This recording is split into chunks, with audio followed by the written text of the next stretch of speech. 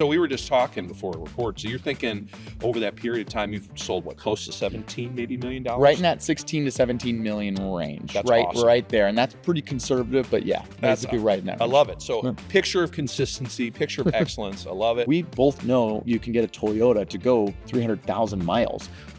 And none of us bat an eye when you pay that more for that Toyota. Yeah. My Kia is a great little car. I'm only going to get 150,000 miles out of it. Yeah. And you're going to pay a little less for that. I mean, I guess when I'm asking you, what exactly are you aiming for? Are you looking to buy the Kia or are you looking to buy the Toyota? But is there any reason why I would not be able to ask for your business today? And they'll say generally one of three things. No, there's no reason why you can't ask for my business today. Oh, no, I'm not making that decision today. Or, well, you can ask, but I ain't gonna get. I'm a baby. I just want you to know that. I'm a cry baby. That's when all right. I speak in church or something, I'm telling you, I can cry with the best of them. Yeah. You know, I made a promise to Rick and Sue Ellen, one, that if they invested in me, I was going to give back to them. On the form, I'll point the clipboard to them.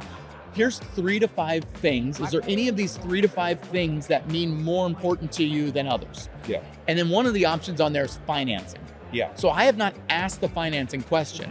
However, I'm going to find out right here if we are going to finance. My wife and I, we just paid off a mortgage. Oh, wow. You know, I mean, that was a goal for ours. You know, it's like, I want to spend the time with my kids as they get older. Well, I got to make the sacrifice now. You make decisions now, it's going to affect you later.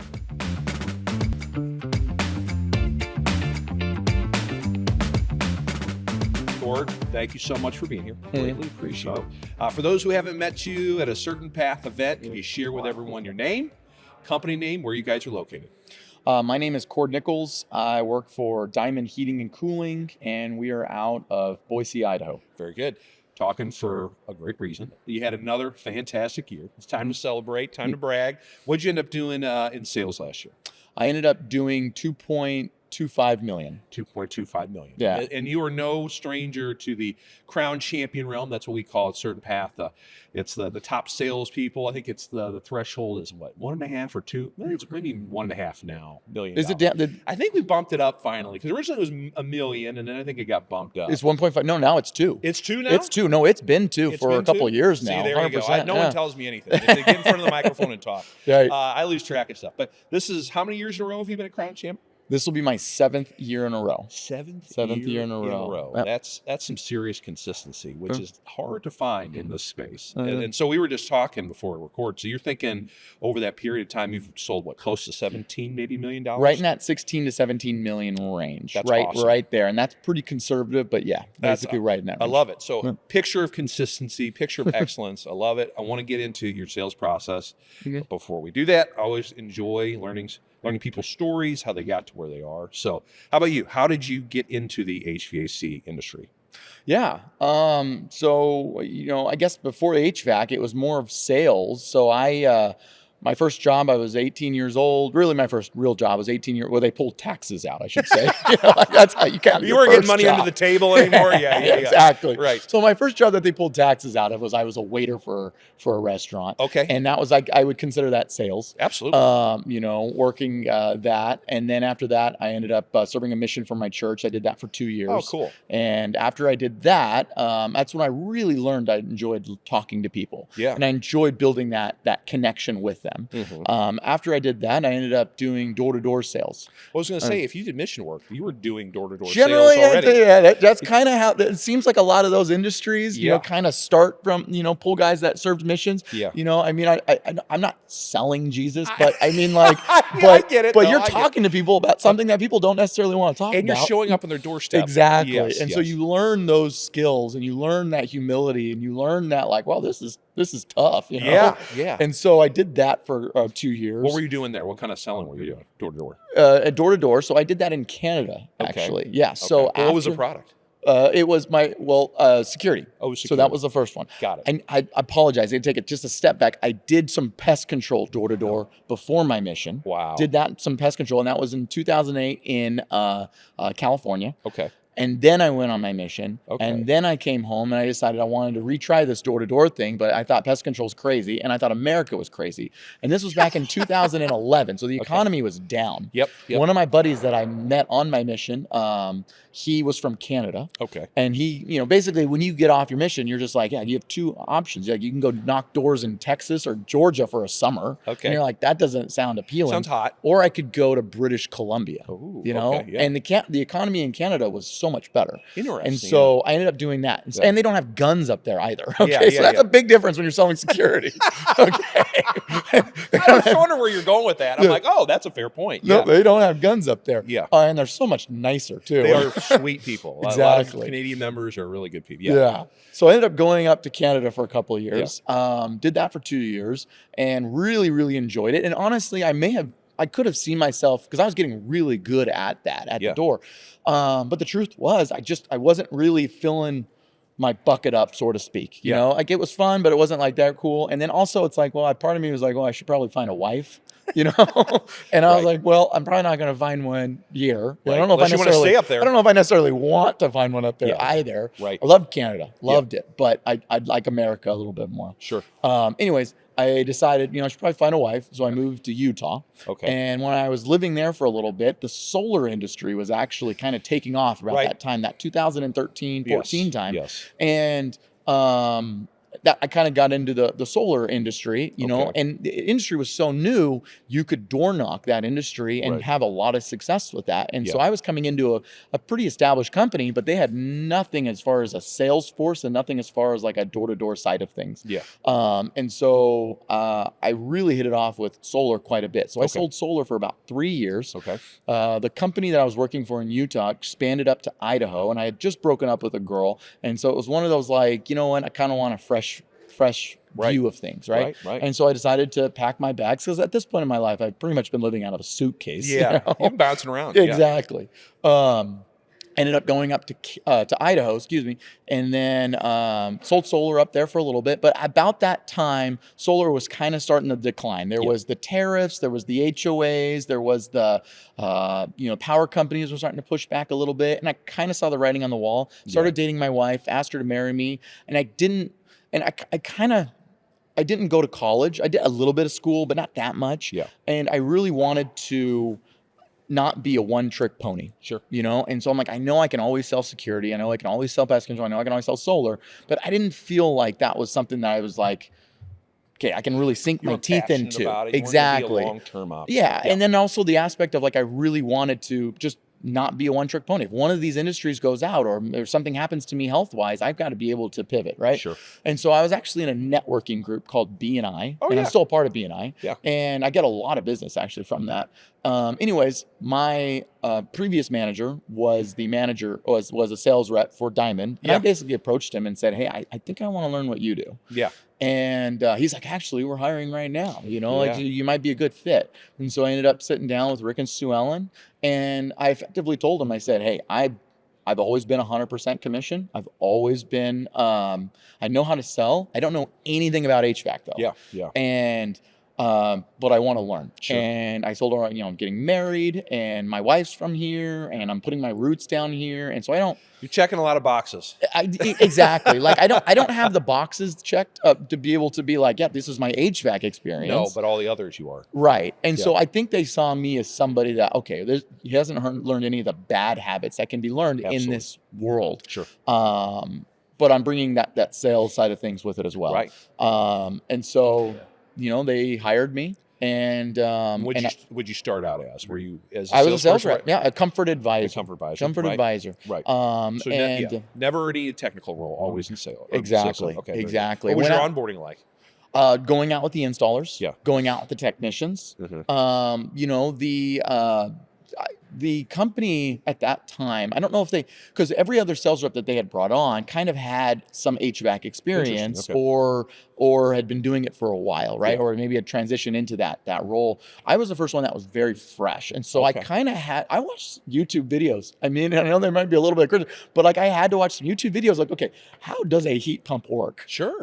How does an AC work? How does a furnace work? And, I definitely asked those questions to obviously the technicians and the installers and stuff. But the truth is I was running leads 2, 3, 4 weeks after I started. Oh, it's right. Yeah. And so it kind of threw me out there. And so I had to really kind of fake it till I could make it in a way, being out there. Don't get me wrong, I never said anything hardcore. Sure. And some of the first ones were like rental properties. And so you can't really mess up that. There's nobody to really talk to. I'm just kind of looking at everything. Yeah. But I kind of basically had to learn, okay, how does this industry work and things like that. Now it's extremely thought through. We have a whole 2-month process when they onboard them and do everything that way, but that wasn't the case for me. Right. But, so that was, what year was that then when you started them? Okay, so I kind of have to rate things too personal. So I got married in 2016. So it would have been the end of 2016. Yeah, the end of 2016 is when all that happened. 2017, excuse me. So was that first year then? Were you a crown champion that first year? No, I didn't get crown champion that first year. I ended up selling 1.3 million that first year. But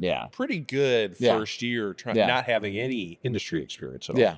What do you remember from that back then? Was it do you felt like what do I remember? This is what I enjoyed, or was this a challenge, or were you scared? I told my wife it was like learning a new language. Actually, I tell that to people now. I said it truly is learning a new language with this industry. Yeah. See, before, and I would sell security or solar or even pest control. Yeah. I had to walk into the house and there were like 6 or 7 things I had to catch. Yeah. Right? Okay, what shape is the roof? How old is the roof? Power company or security. It's like, okay, there's not a whole lot to catch, right? Right. With HVAC, I walk into a house, there's like 90 things I have to catch now, right? And so that first year was, Cord, you missed this, or I didn't see that, or I didn't explain that, or hey, you didn't check, all of those things. So that's basically the end of it. Is there's like seriously so many things you have to catch, whereas the things I sold before, that just wasn't the case. Yeah. But they were patient with you. Right? Oh, absolutely. They awesome. understood that absolutely. This is a learning process, but they saw some value in you. So how nice was it to have that support, where I'm sure you had some self-pressure, I want to do well, but still you weren't getting beat up if you missed 1 or 2 things, right? Well, I mean, it depends on who's it from, right? I mean, the installers, they don't care, right? I mean, like, and to their credit, I mean, they need to be like, hey, you got to get on, you can't be missing this, you can't be doing that, It's so, Rick and Sue Ellen have amazing hearts, but Rick's a former installer. Right. And so, he's going to say, well, what were you thinking on that? Or what were you doing on that? Or whatever. And I could take that, and I was okay with taking that. Sue Ellen definitely had a lot of patience. They're amazing people with amazing hearts. I didn't, then there was the other sales reps that were there too. They helped me a little bit too. But the truth is, hey, there was a couple times where I made some mistakes and I heard about it. Yeah. And, I didn't make it again, or I tried my best not to make it again because, hey, they want to work hard. They they have their bonuses they got to hit. They got to make sure that they can get the job done. They're not getting done at 8:00. Yeah. I can remember this one in particular. Just my first year job. I sold this mini split, and I think I was just kind of like, 25-foot line set, whatever. It was like 125-foot line set, and they ended up running that through the attic that night, super late and everything. And the next morning, I heard about it, and I was just like, I'm so sorry. I'm so sorry. That was totally, and they were just, and I fell on the sword for them. I truly wanted to walk up. I'm so sorry, guys. I won't have it again. And it's just, and we'll talk about that a little bit more, but my relationship with the installers is in a lot of ways is the most important relationship I have. Right. And so I really want to make sure that that's cultivated and strong. Absolutely. That's the evolution of learning though. There's going to be some warts. There's going to be bumps along the road.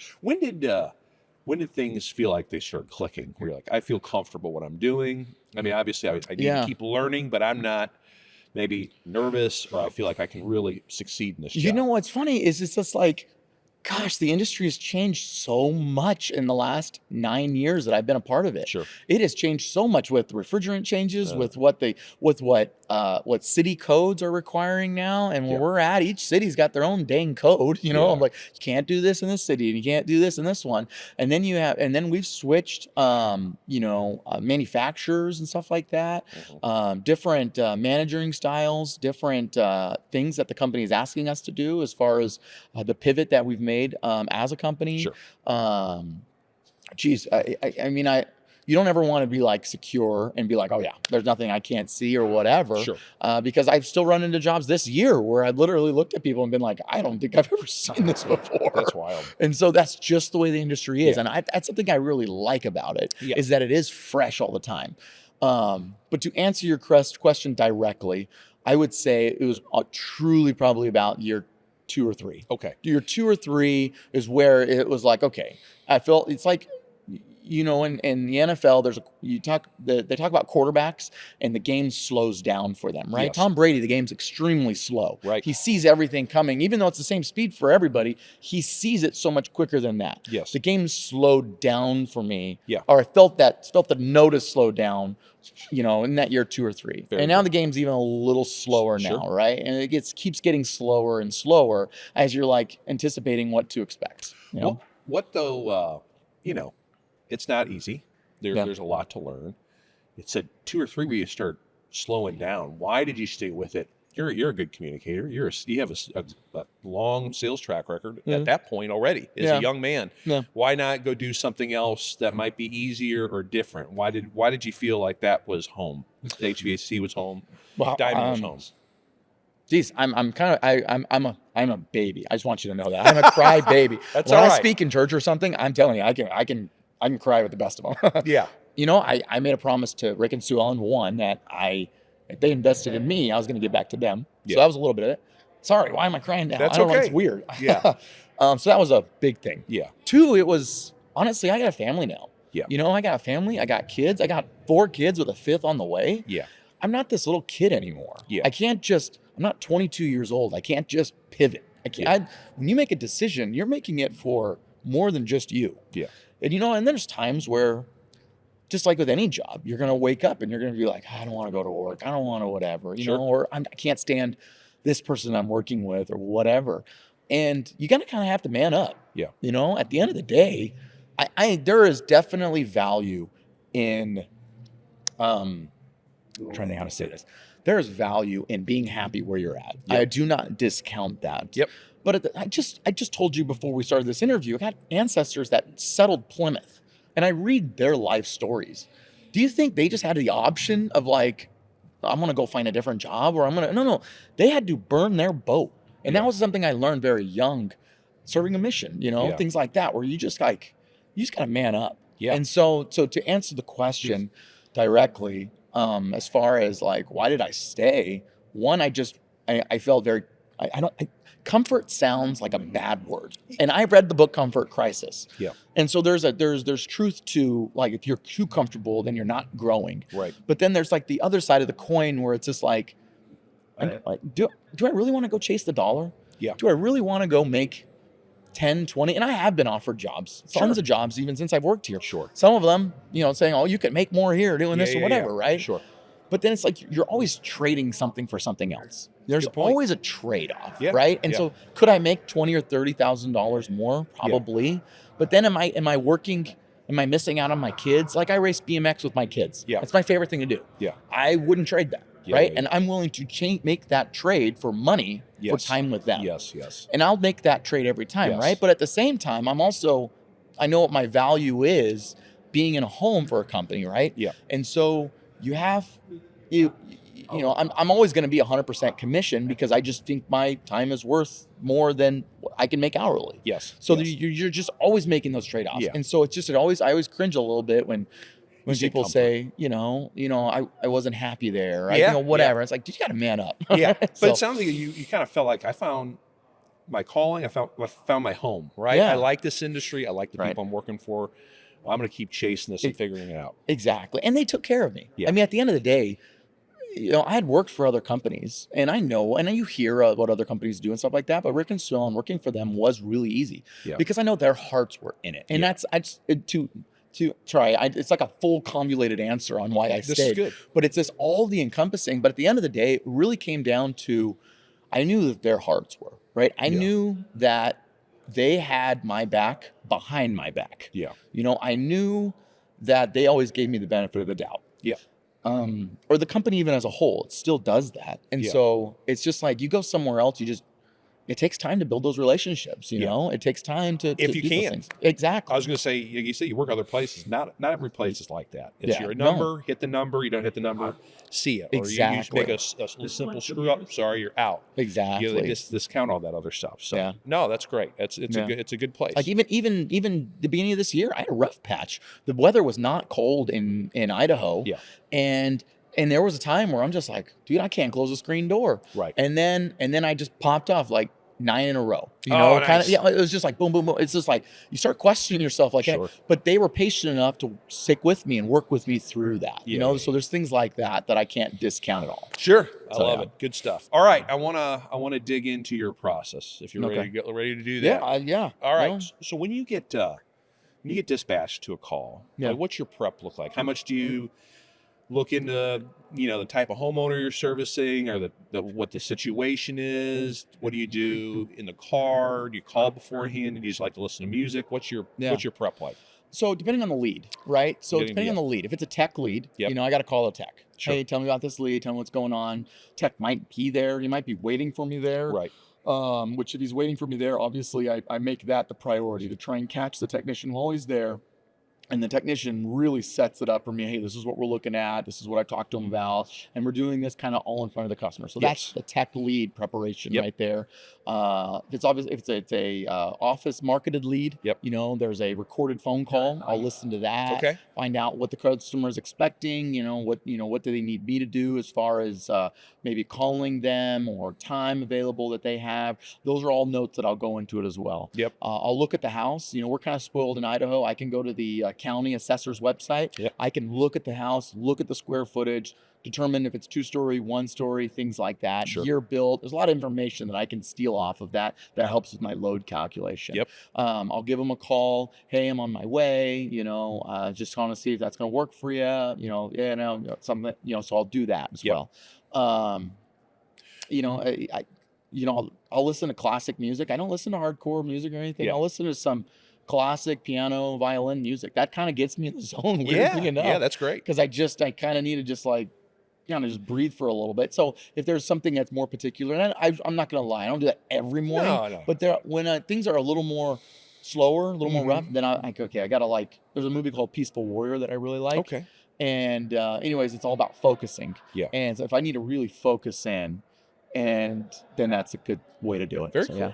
When you listen to the recording, when you call the homeowner, obviously you're looking for information. You're, hey, I'm on my way. But I'm sure you're also trying to read that person. Yes. Their voice, their Exactly. tone. What do you look like? What are you listening for in those recordings? How sharp they are. Yeah, you're dead right on that. I'll listen to their voice, how sharp they are, how quick. Hey, I'm going to be there. I'm not going to be there. Hey, I'm coming on my lunch hour, or things like that. 100%. Those are all things I have to take into account. Yeah. It does seem, and actually it doesn't seem, it's already been confirmed with my boss and with my company, they send me to a lot of the jerks. Okay? They send me to a lot of the jerks. You're dealing with a D personality? They always give me that personality. Yeah. And I'm pretty friendly with you, smiling or whatever. But the truth is that when I'm in a sales appointment, I am more straight. I am more business-like. I'm not, customers, I don't know what it is. I think I have it in my head. Maybe probably hurts me a little bit. Yeah. But I do get more locked in, and I am more D personality when I'm with a customer. Is that right? Yeah, I'm not jokey. I'm not throwing unless I'm getting that from them. So, but it seems like a lot of my customers I get are just that, give me the number, need it now, making a decision, don't want to go through the whole sale. So I have to now pull the layers off of that type of person to get them to to trust the fact that I'm not gonna make them make jokes and make salesies and upsell them and do all these things that they don't want to hear. And I can read their body language as I'm sort of talking to them that they are not about that life. And neither am I. As a consumer, I'm actually not either. And so you always sell who you kind of are. Right. And so I would appreciate if somebody just got straight to the point with me in a lot of ways. Right. And so that's kind of how I am too. But I always have to be careful with that because I have to.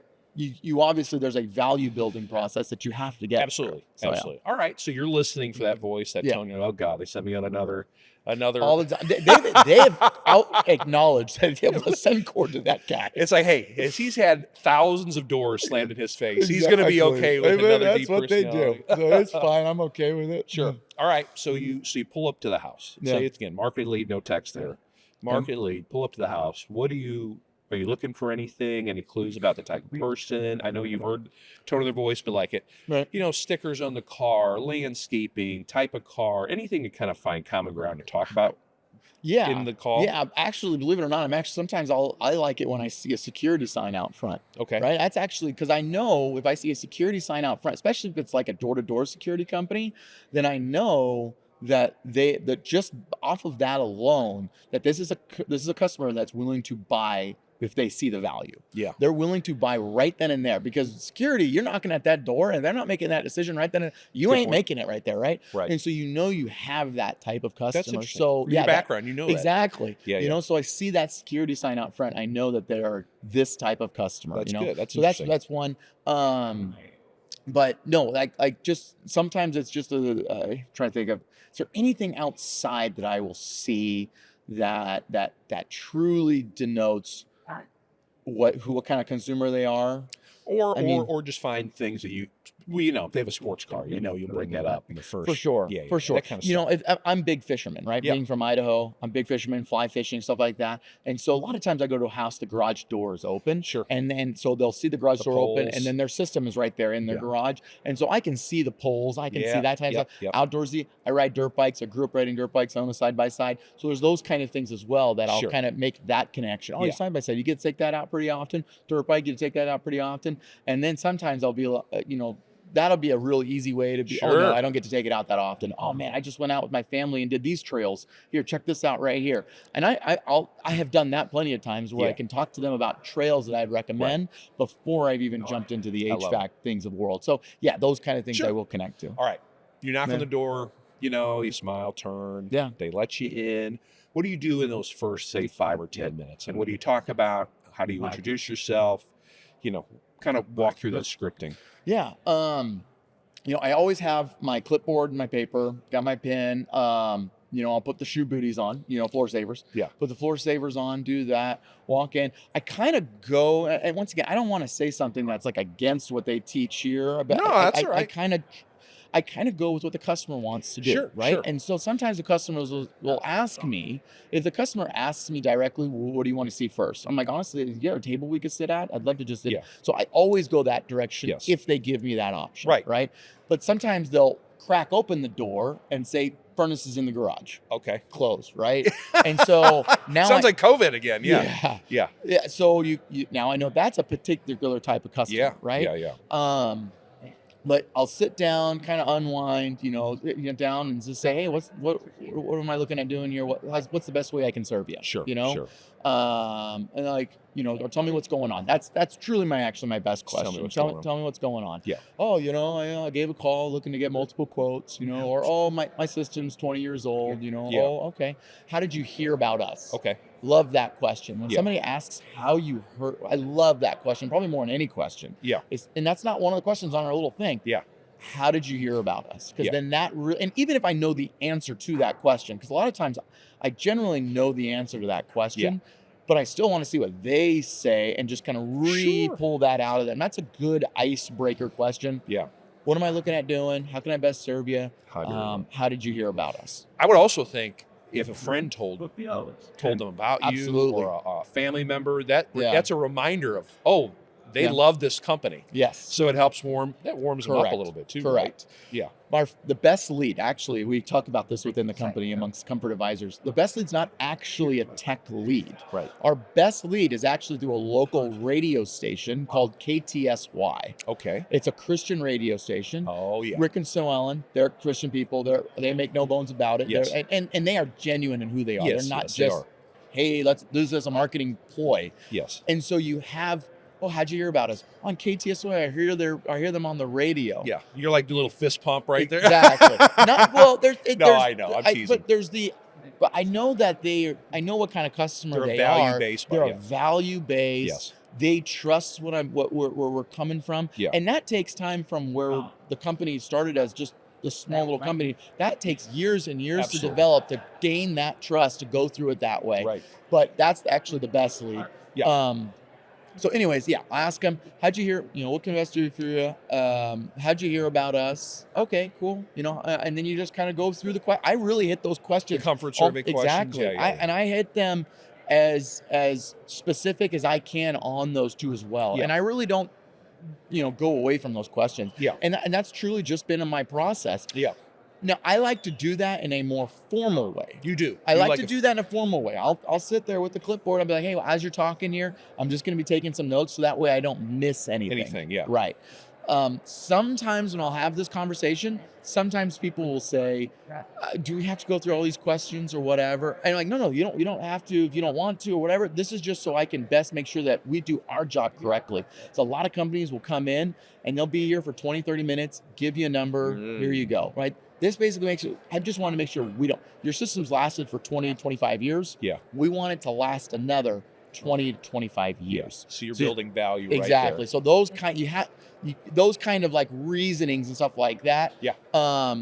If they still kind of get anxious, it's because I do run into that deep personality that maybe hasn't made himself known to me up until that point, but he'll make himself known at that point. Yeah. And so I'll really hit some of the real main questions, but then I know some of these questions I have to build a little bit more value on before I ask it, right? So I can't, if somebody's getting aggravated, I can't ask them, how are you wanting to pay for this? Yeah. I can't ask that question. Great way to tick off that. Exactly. Yes. So you can't just, you got to read the customer. You got to read that. And you got to know these are questions you have to ask because I need to know how to present my options at the end. Absolutely. So I can't pretend to not ask these questions and then guess at the end. Otherwise, I'm going to miss a step somewhere. Yeah. And so if I have to, depending on where I'm at in the question process, sometimes it's a matter of, you know what, let's just take a look at your furnace. And then I'll go down there, I'll unhook it, start pulling the furnace out. And then as I'm doing that, he'll open up a little bit more and I'm asking the questions, but I'm not writing them down. Got it. But you're filing them away. Correct. What are the questions that you said some like, how are you going to, paying for this, you hold on. But what ones do you try to absolutely find out early on so you don't miss them? How much time do you have? Yes. Got to ask that, right? Because it's like, oh, I'm only here for 30 minutes. Oh, I won't be able to give you the number. Oh, I got plenty of time, right? I've got to know that, right? I can't get to, and I made these mistakes where you just don't ask that question. The guy's like, hey, I got to get going, man. Can you just email all this to me? Right. You're like, no, exactly, right? So I know I messed up, right? Because that was a question you got to ask. How much time do you have? Is there any reason why I can't ask for your business today? Love that question. I actually learned that from one of the other comfort advisors that I work with. Yeah. That's not actually in our little question thing. Yeah. It's in the training though, but it's at the end. But it's not. Yeah. Right. Yeah. Is there any reason? And I kind of, that question is the more simplified version of it, but I kind of open it up a little bit more. I'm going to go out to the garage, get some measurements. I'm going to give you several different options and stuff like that. We'll look at some different financing. We'll go through the whole thing. So you plant the seed explain of how financing. the system works. I like that. Yep. I'll explain how the system's going to work, and we'll kind of go at your pace on everything as to what you want to do. I like that. But is there any reason why I would not be able to ask for your business today? Yeah. And they'll say generally one of three things. Yeah. No, there's no reason why you can't ask for my business today. Oh, no, I'm not making that decision today. Yep. Or, well, you can ask, but I ain't gonna get. And that right there tells me what kind of customer they are, right? Yeah. Because if you get that one that's like says, well, you can ask, but I ain't gonna do it. You have a little bit more of a jokey customer. Sure. You have a little bit more of like that, right? And I like that preamble you put on it, though. You got a preamble. Because it was real soft. It's a soft way of doing it. It's too sharp of a question. Yeah.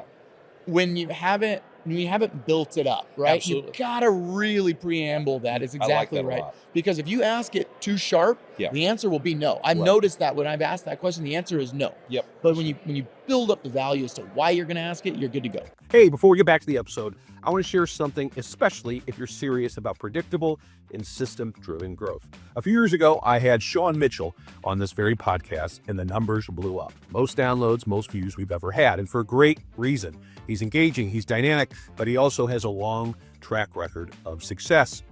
As a manager in his home service company, he helped them grow from $12 million to $22 million in sales in a very short period of time. Next, he said, I want to go in the field and see if I can do it myself, and that's what he did. His first year, he sold $8.7 million in HVAC systems with an 88% closing ratio. His next challenge, he joined a private equity firm and helped train and coach technicians and salespeople all across the country to have incredible numbers as well. Now, Sean has joined CertainPath and created a program exclusively for our members called Revenue Ascent. Revenue Ascent is designed to help you reinforce the coaching and training you already have in place so the growth sticks. Here's Sean with more details. If we took the top 2 performers out of our business for 30 days, what would happen with our revenue? Do we have a system, or do we have a business that depends on our superheroes? And when we do invest in training, does it take root, or do we drift back within a few weeks? Because when we drift, our customers feel it. And if our customer experience is inconsistent, do we really have a marketing problem? My name is Sean Mitchell, and I've lived it from every seat. I've ran the revenue engine from sales, marketing, and CSRs, and within that year, we went from 12 million to 22 million in revenue. After that, I went into the field to live the example and sold 8.7 million in that year. After that, I went into private equity as a VP of sales and reproduced those same kinds of results with comfort advisors and service technicians across the nation. I'm here now, excited to be a part of the CertainPath team, where I get to work directly with you, your comfort advisors, your service technician, and your managers to ensure that we are putting into practice the process that needs to be permanent for us to drive our revenue forward. Listen, the thing is, training is knowing, reinforcing is doing. And the gap between knowing and doing is where close rates fall, average tickets swing, and cancellations rise. We're here to stop that vicious cycle and turn it into a virtuous one. Come join me at Revenue Ascent. I only have a few spots left, but I'm so excited to work with you directly. I'm sure you're also at some point there asking about, is there anyone else that needs to be involved with this project? 100%. Yeah. 100%. Yeah. That's another question you got to be careful with, obviously. You know, you got to really know, okay, when I sit down, sometimes I'm sitting down and then the wife's sitting down right there and she's got her elbows on the table and she's in it, right? Yeah. She's decision making in this thing. Yeah. And sometimes I'm meeting with the husband and the wife's, she doesn't even care that I'm there. Yeah. You know? Yep. And so you exactly 100%. And so there are times where I'm like sitting down at the table, but I'll raise my voice a little bit and I'll kind of like, excuse me, ma'am, I didn't catch your name. Oh, it was Cathy. Okay. Nice to meet you, Cathy.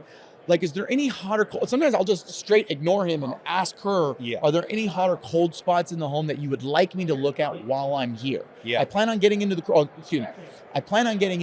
space. Is there any hot or cold spots that you'd like me to check while I'm here? Yeah, when you say it like that, they're going to be like, that room in the back, room in the back, you know? Yeah. Okay, I'll check that out while I'm here, go through it that way for you. Yeah. Also, just real quick, Cathy, I know your time's valuable.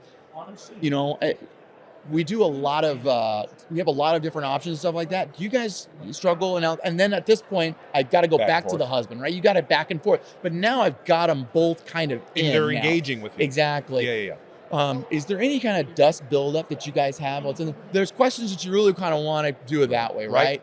Go about so. How about who here suffers from allergies or allergies, asthma, is that one you always try to get out early? Okay. I like going with is there any kind of dust buildup that you guys have here? Okay. And then as the second part of that question is is what you just said. Yeah. Is there any kind of allergies, asthma, cold problems, things of that nature? Do you, if it's someone patient, not the D that's drug you to the asking about terms of utility, are you frustrated with your utility bills? Is that what the so because the equipment's got so much more efficient? The truth is where we're at in Idaho, we have the cheapest power rates in the country. Wow. Cheapest power rates in the country. Look it up. It's a dead thing. We have the combined together. Really? Our natural gas and electric is cheap. I mean, like, people are like, what's your highest bill in the summertime? $100. Whoa. That's not even an exaggeration. We're like 9 cents a kilowatt hour there. Whoa. That's extremely cheap. Well, that makes it harder for you though. It makes it a little tougher. So you're really selling more on comfort than you are on, very rarely, unless it's like a all electric house where they just have a fan coil in their closet and they don't have a heat pump. Those kind of customers are that $500-600 a month power bill in the wintertime. There's motivation to do it for that. Sure. But truly outside of that, my 1,400 square foot house that's got a 20-year-old HVAC system, that guy's power bill is $100 $120 in the summertime. That's nuts to me. I know. That's and so wild. it does make it a little tougher to kind of We can save you $5. No. Yeah. And so you're really selling more on comfort That's fascinating. and more on longevity. Yes. Longevity, comfort, warranties. Yeah.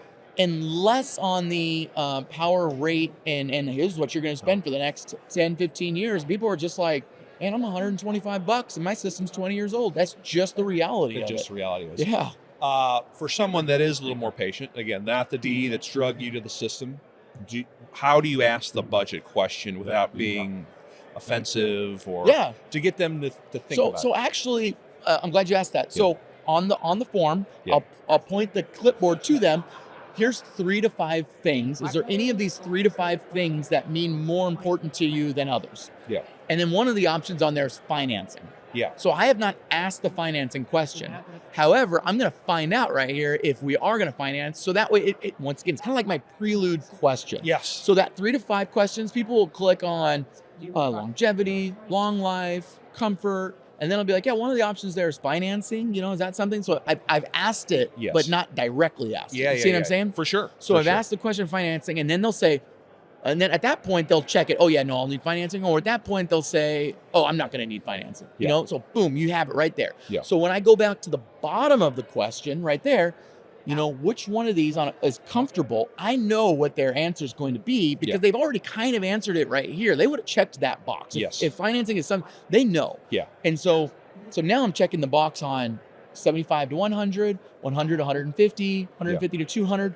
Which one is going to most benefit you right here? Oh, I'd really like to stay in that 150 to 200 range. Yeah. But believe it or not, like, once again, I feel like we're kind of unique in Idaho. I get a lot of people that just write a check. Checks. So I get a lot of checks now. That was going to be, well, it's probably a lot of Californians moving up there. Exactly. I'm probably 70% checks. That's a good, I was going to ask you, for the people that are like, they're not checking financing. Right. You still want to ask that question Absolutely. to plant the seed. Right. So you just ask it at that point, even if they didn't check financing a couple questions earlier? Yeah. So sometimes, depending on the customer, right? Well, I don't know how much it's going to be or whatever. Yeah. But you really want to like push that financing angle first. Yeah. And then they'll say, oh, I'm just going to write a check for the system. Okay, cool.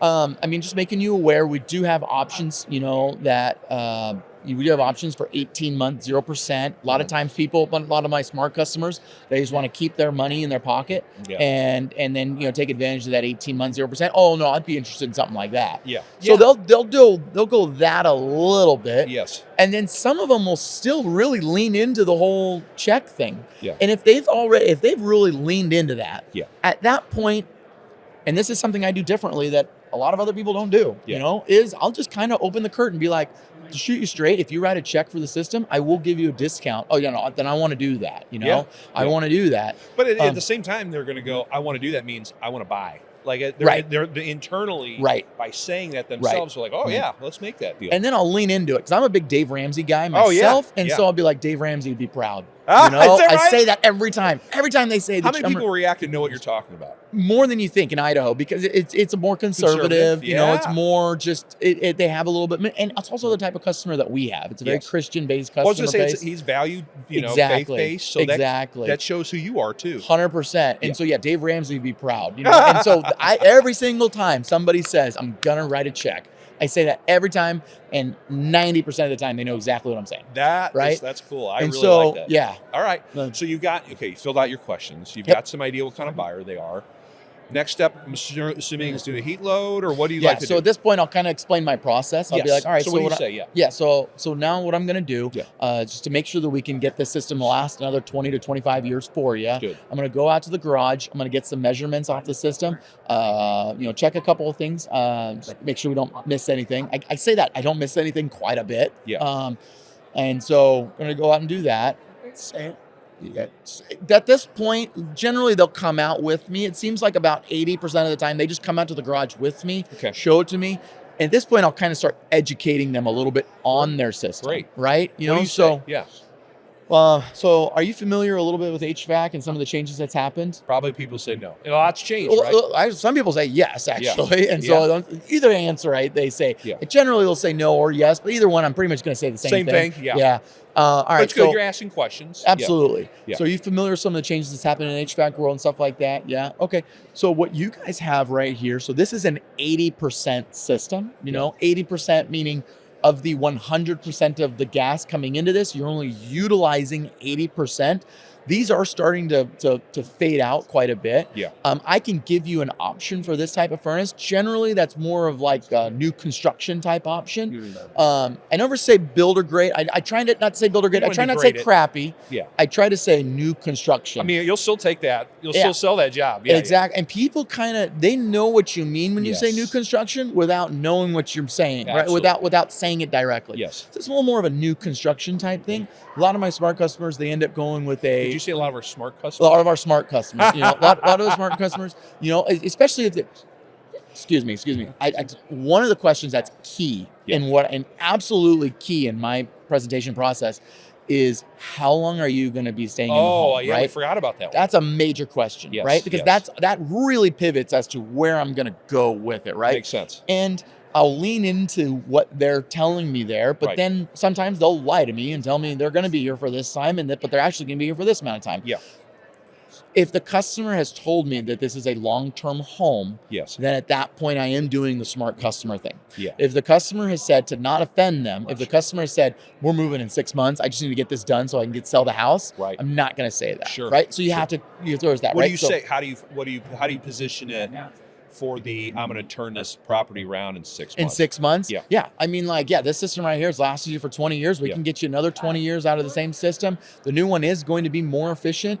I mean, if you're, a lot of times when you're dealing with that type of customer, each job has a win that's inside of it, right? Yeah. So sometimes you get that guy that's going to sell the house in 6 months, and the only thing that's broke is the furnace. Yeah. So this guy's dead set on doing just the furnace, but the AC is 20 years old as well, right? Yes.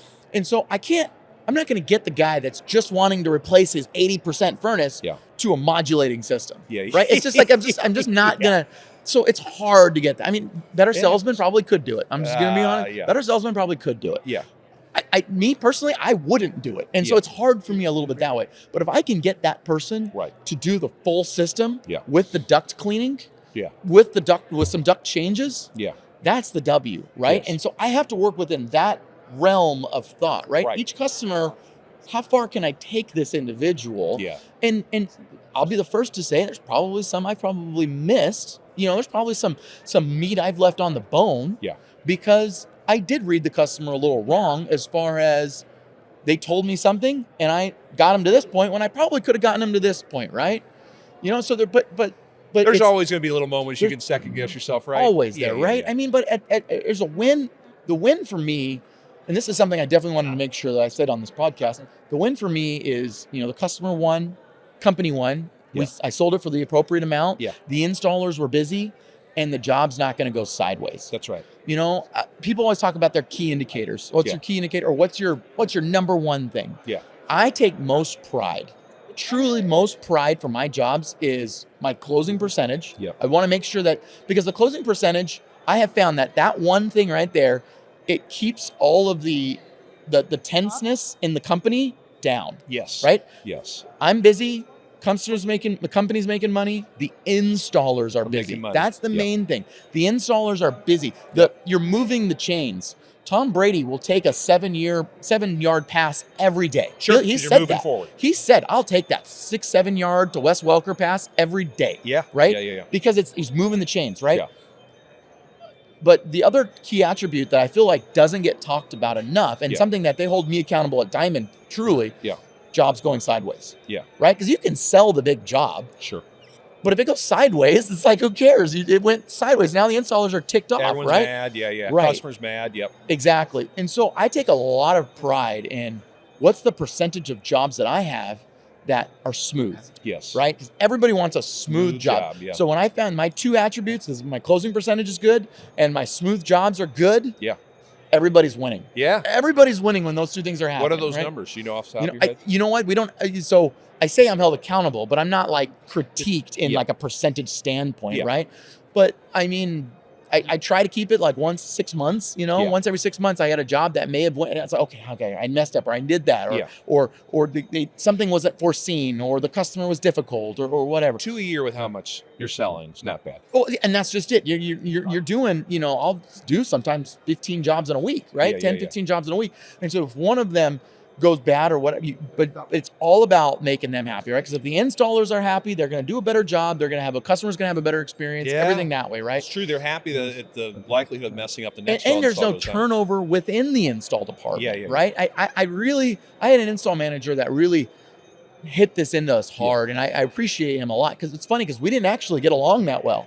But the core things we did get along in. And that was, he needs to know that I am not purposely making his guys' job harder for no unnecessary reason, right? That's the main thing. It's one thing if I do it ignorantly, like, I didn't know, right? But I can't be doing it just to make their job harder, right? And so that's a big deal. I meet my guys at the job quite a bit.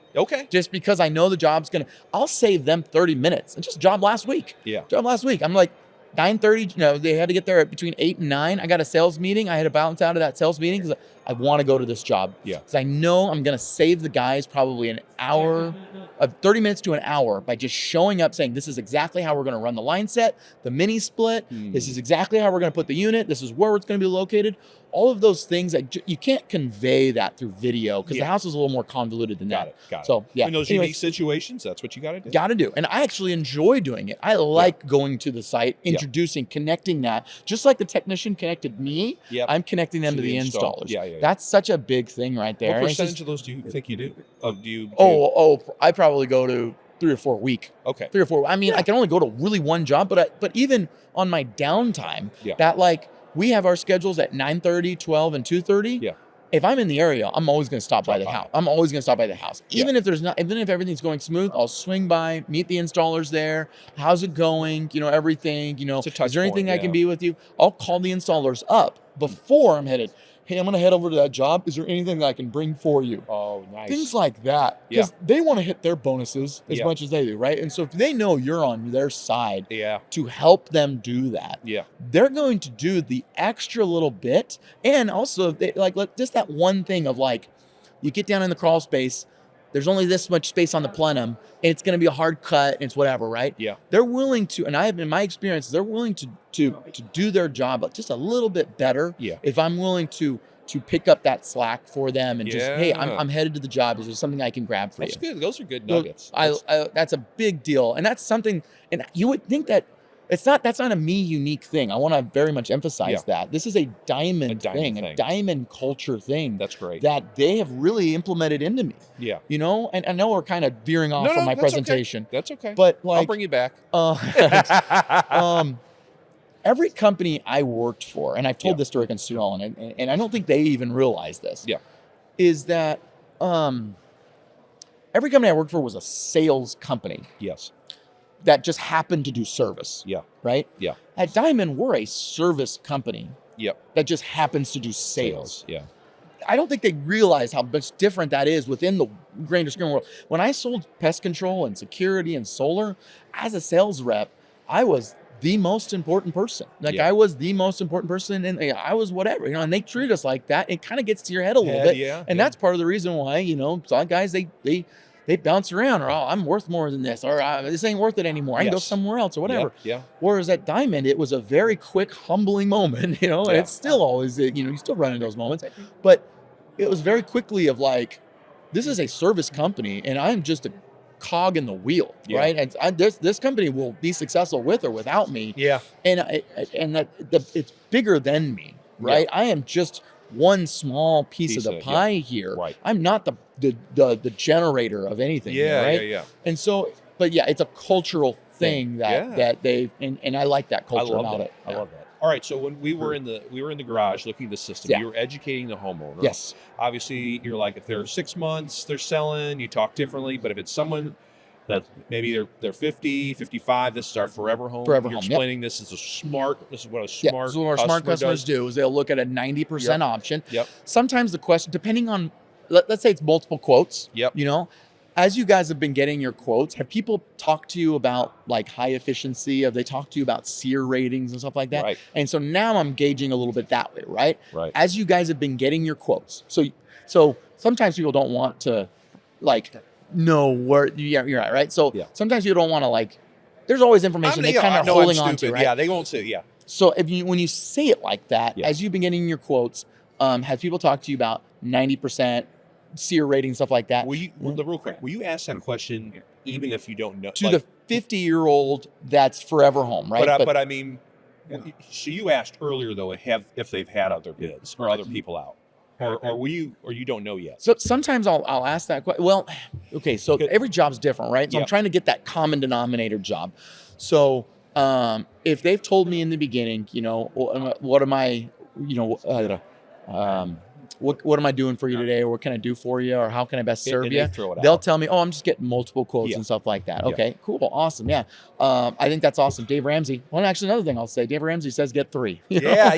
He says that on his show. And so once again, if I know that they're that type of customer, she'll bring up. I can exactly. How about though? Will you, if they don't say that they don't mention bids at all, and you're in looking at the system, will you then ask? As you've been getting other bids, will you use that question as a way to find out if they've gotten other bids? Actually, even better. Okay.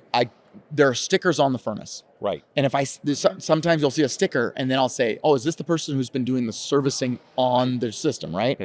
Because you see it, they see it, everybody sees it, right? This is the person that's been serving. Oh, no, that was just there when I got here. Oh yeah, no, they've been doing the servicing for the last 10 years. Or, they just put that on here just a little bit ago, right?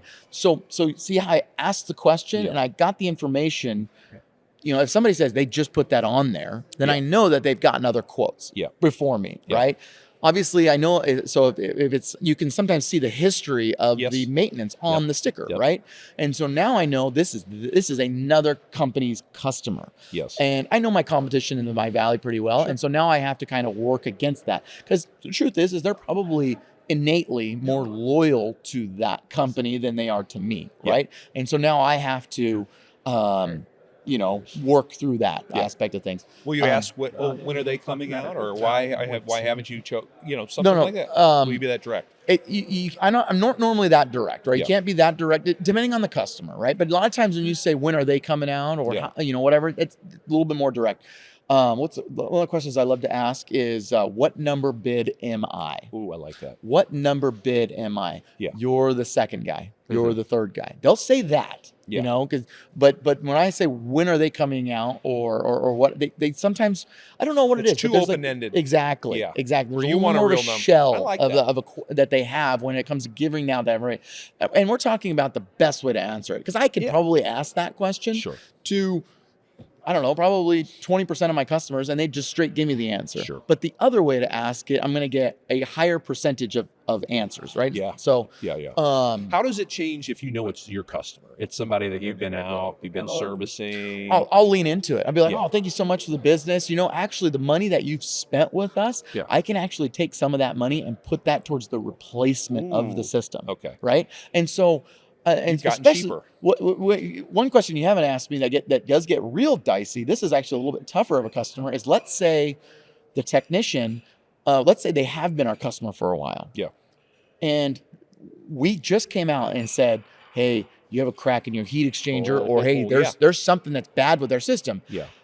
And the customer's like, well, why didn't they find that last time, or the time before, right? Yeah. So this customer is loyal, but now their guard is up. Yeah. Right. And so now they're just like kind of annoyed with us a little bit. Yeah. Technicians told them the bad news. And so now I have to kind of come in and really try and fall on the sword, so to speak, of like, okay, how do I navigate this customer? Because this customer is very close to being like, I'm going to get something. This company is probably lying to me for all I know. I'm going to get a quote from another company. Yeah. So that's actually kind of a unique one. Even though it's a tech lead, it's not all tech leads are created equal. Right.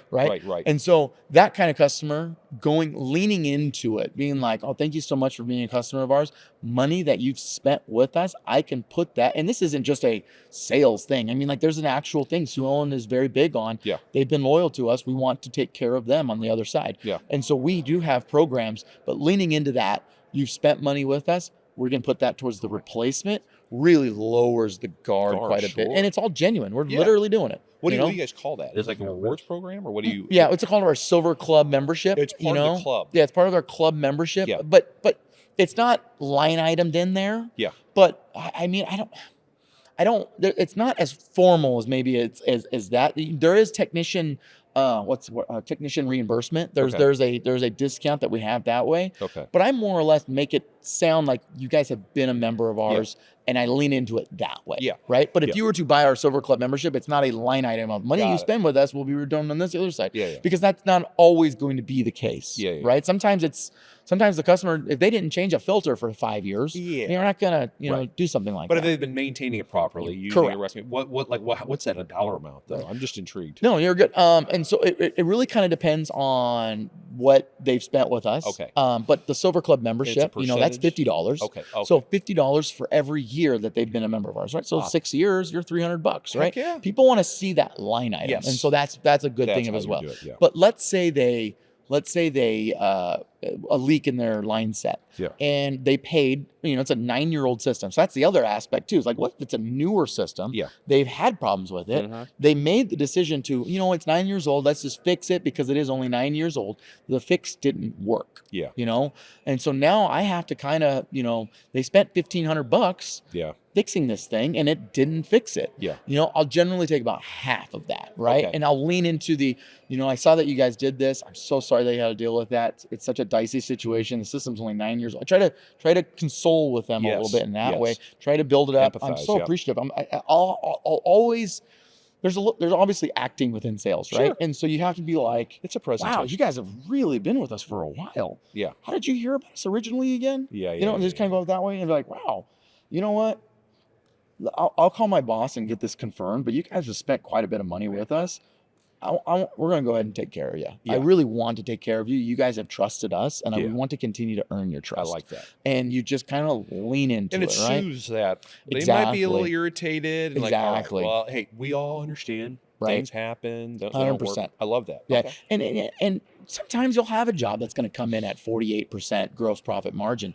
And sometimes I have to take a small hit here and there everywhere, but the truth is that it's better to do that now, and it's a forever customer of ours, and the company's really good about that too. Yeah. I can very much talk to my boss and just be like, hey man, look at the technician's notes. They just did this. This is what I did for them because it was the right thing to do. Dude. There's always that we can work with and get around and stuff. Those are unique for sure circumstances. For sure. And you want to continue that relationship. Absolutely. Because clearly they keep having you out. Absolutely. And they're going to buy something at some point again. Absolutely. So you want that to be your absolutely. Company.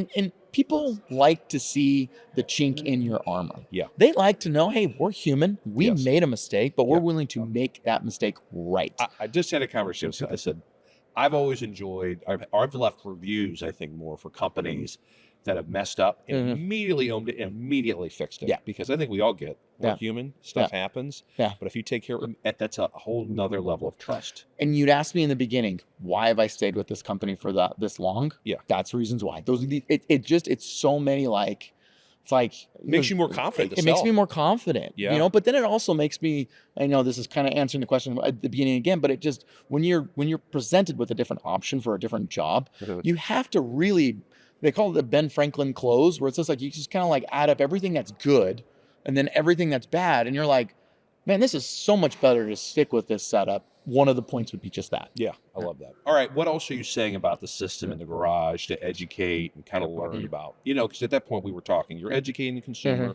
about high efficiency stuff. I mean, ductwork. I mean, talking about ductwork. I know you guys love ductwork. Yeah. that's a big deal. If I can get into the people know what that they just assume doesn't always work. Exactly. But these systems. This is how I say it every time. I like the way I say it a lot. Well, it works for you. Exactly. These systems, they're not. Hold on. Why am I drawing a blank on this? I say it 1,000 times a week. That's all right. Okay. These systems, they're not necessarily built worse. However, they are built more sensitive, and they're more sensitive to something called static pressure. Are you familiar with static pressure? I'm not. Yes, no, maybe. Okay, no. Static pressure is, let's say you're blowing as hard as you can through a straw. Yeah. You're just blowing air through a straw. And then somebody switches that with a coffee straw. but you're still blowing as hard as you can. There's only so much air that's going to come out of that coffee straw, right? Yeah. You know, eventually you're going to fill that in your chest. When we put too large of a system on too small of ductwork, the system builds in it this static pressure that's blowing through a coffee straw. Yeah. And once people, they really sink that analogy in. It's a great analogy. Yeah, they sink that analogy in, and then they're just like, that makes sense. Yeah. And these systems, it's not like your dad's 1970 truck that could drive straight through a check engine light. Okay. Yeah. If you hit something now, what happens? The dashboard lights up. Yeah. Okay. These systems are all computer based. They're just more computer based now than they were back then. Yeah. And so the system, the fact that your system lasted 25 years on that small ductwork, you know, because they could get through that, right? They could drive through that check engine light. Yeah. I'm telling you right now, and listen, listen, you would be better off getting the larger ductwork with the worse system than getting the better system with the small ductwork. Yeah. You know? Yeah. And so I just kind of explain it that way in a lot of ways. I love going into that analogy of the ductwork. And people I don't think they think about it. They just don't assume you get the big box and turn it on, it works, right? And the truth is, and I say it just like this, the truth is I could easily put this system on there. You would not know the difference. And in 4 or 5 years from now, things are going to break on it, and you're going to be frustrated because you're going to say, man, they just don't make things like they used to. Da, da, da, da, da. Yeah. You're going to be like that, right? Yeah. But if we can increase the ductwork, or if we can increase the airflow, your system's going to breathe much better, because these systems breathe like we do. They breathe in air and do just like this, and then they push out air, right? Yeah. As much air as it can breathe in is as much air as it's going to push out. Yeah. Right. And so we want to be nice to the systems, because they are, like I said, more sensitive. And that literally comes down, and this is where I'll pick on the government. Once again, if I get a customer that's like a hating government type customer, you can lean into that and be like, the government and its infinite wisdom. You go that way with the customer, especially if you know they're like that type of customer. Yeah. But the government, its infinite wisdom, said, hey, we need to make these things more efficient. Yeah. Like your grandpa's furnace, that had a cast iron heat exchanger inside of it. Yeah. Do you know how much energy it takes to heat up cast iron? Yeah. Okay. Now they have stainless steel ones in there, right? Well, stainless steel is a little quicker to heat up, but it breaks a little easier. So that's a microcosm of the government saying, hey, these systems aren't efficient. We need to make them more efficient. Well, there's only so many ways to heat up metal. Yeah. And so they made the metal differently. Yeah. And so that's a more sensitive thing. And I tell the customer, this is a microcosm of what's happened within the entire HVAC world.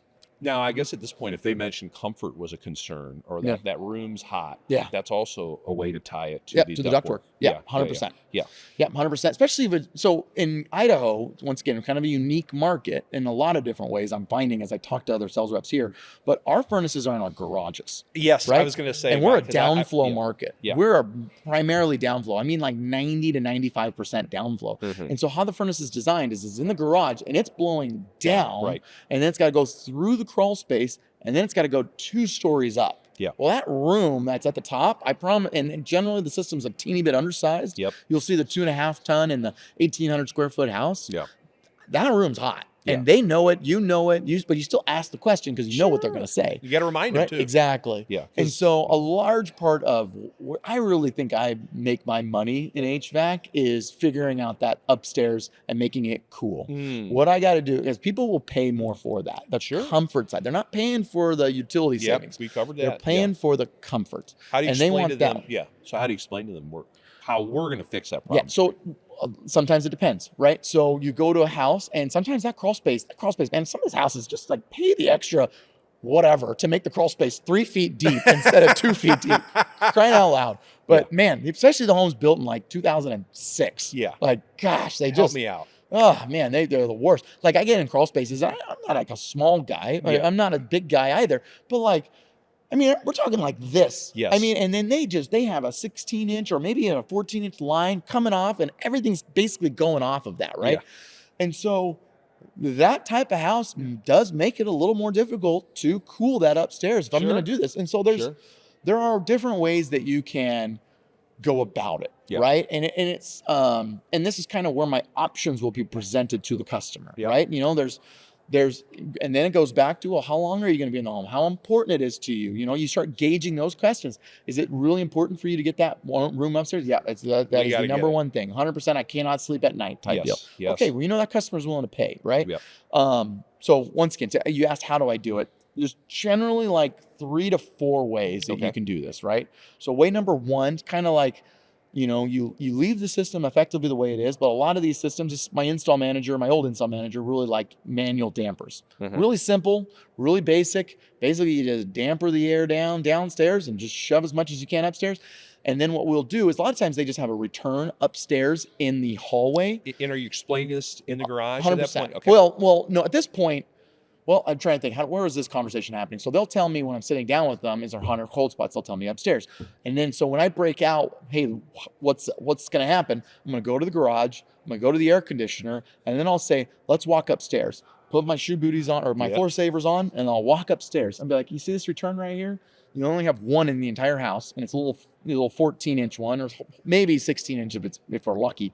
So this right here is pulling, when that door is closed, all you're doing is you're just pushing cold air into the room. Yeah. But what you're not doing is you're not pulling hot air out of the room. Yeah. Right? And so if I can do a jump return, I can do some jump returns, and that'll kind of help out those rooms. So now I'm pushing cold air in through the manual dampers, pulling hot air out. That's kind of your most basic way. Okay. Yeah. Okay. That's going to make it moderately better. Yeah. Not like tons better, but it's going to be moderate better.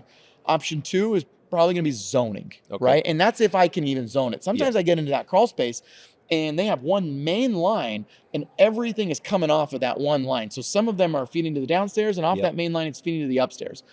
That's a hard one to zone. But I'll tell them it's possible. And anything's possible. You spend as much money you want. And I even say that to them. And they'll laugh just like that. Yeah. But anything's possible. What led us to attend the event today, we've been watching the CertainPath podcast on YouTube for quite some time, and it just had a lot of good content, so we wanted to come and see what that content was live. Coming into this, I had no expectations of what it might be. I've never experienced anything like this before, but it proved to be a truly moving and engaging experience all the way around. My most powerful insight from this is that there are other contractors just like me, just struggling to make it, to figure it out. And it's wonderful to know that there's a network of people that can help support you and have your back. The most exciting thing to take home here, what we're going to implement, is going to be the call taking and dispatching for profit. I can truly see from the coaches what the value of that is, and for us, that's going to be step one.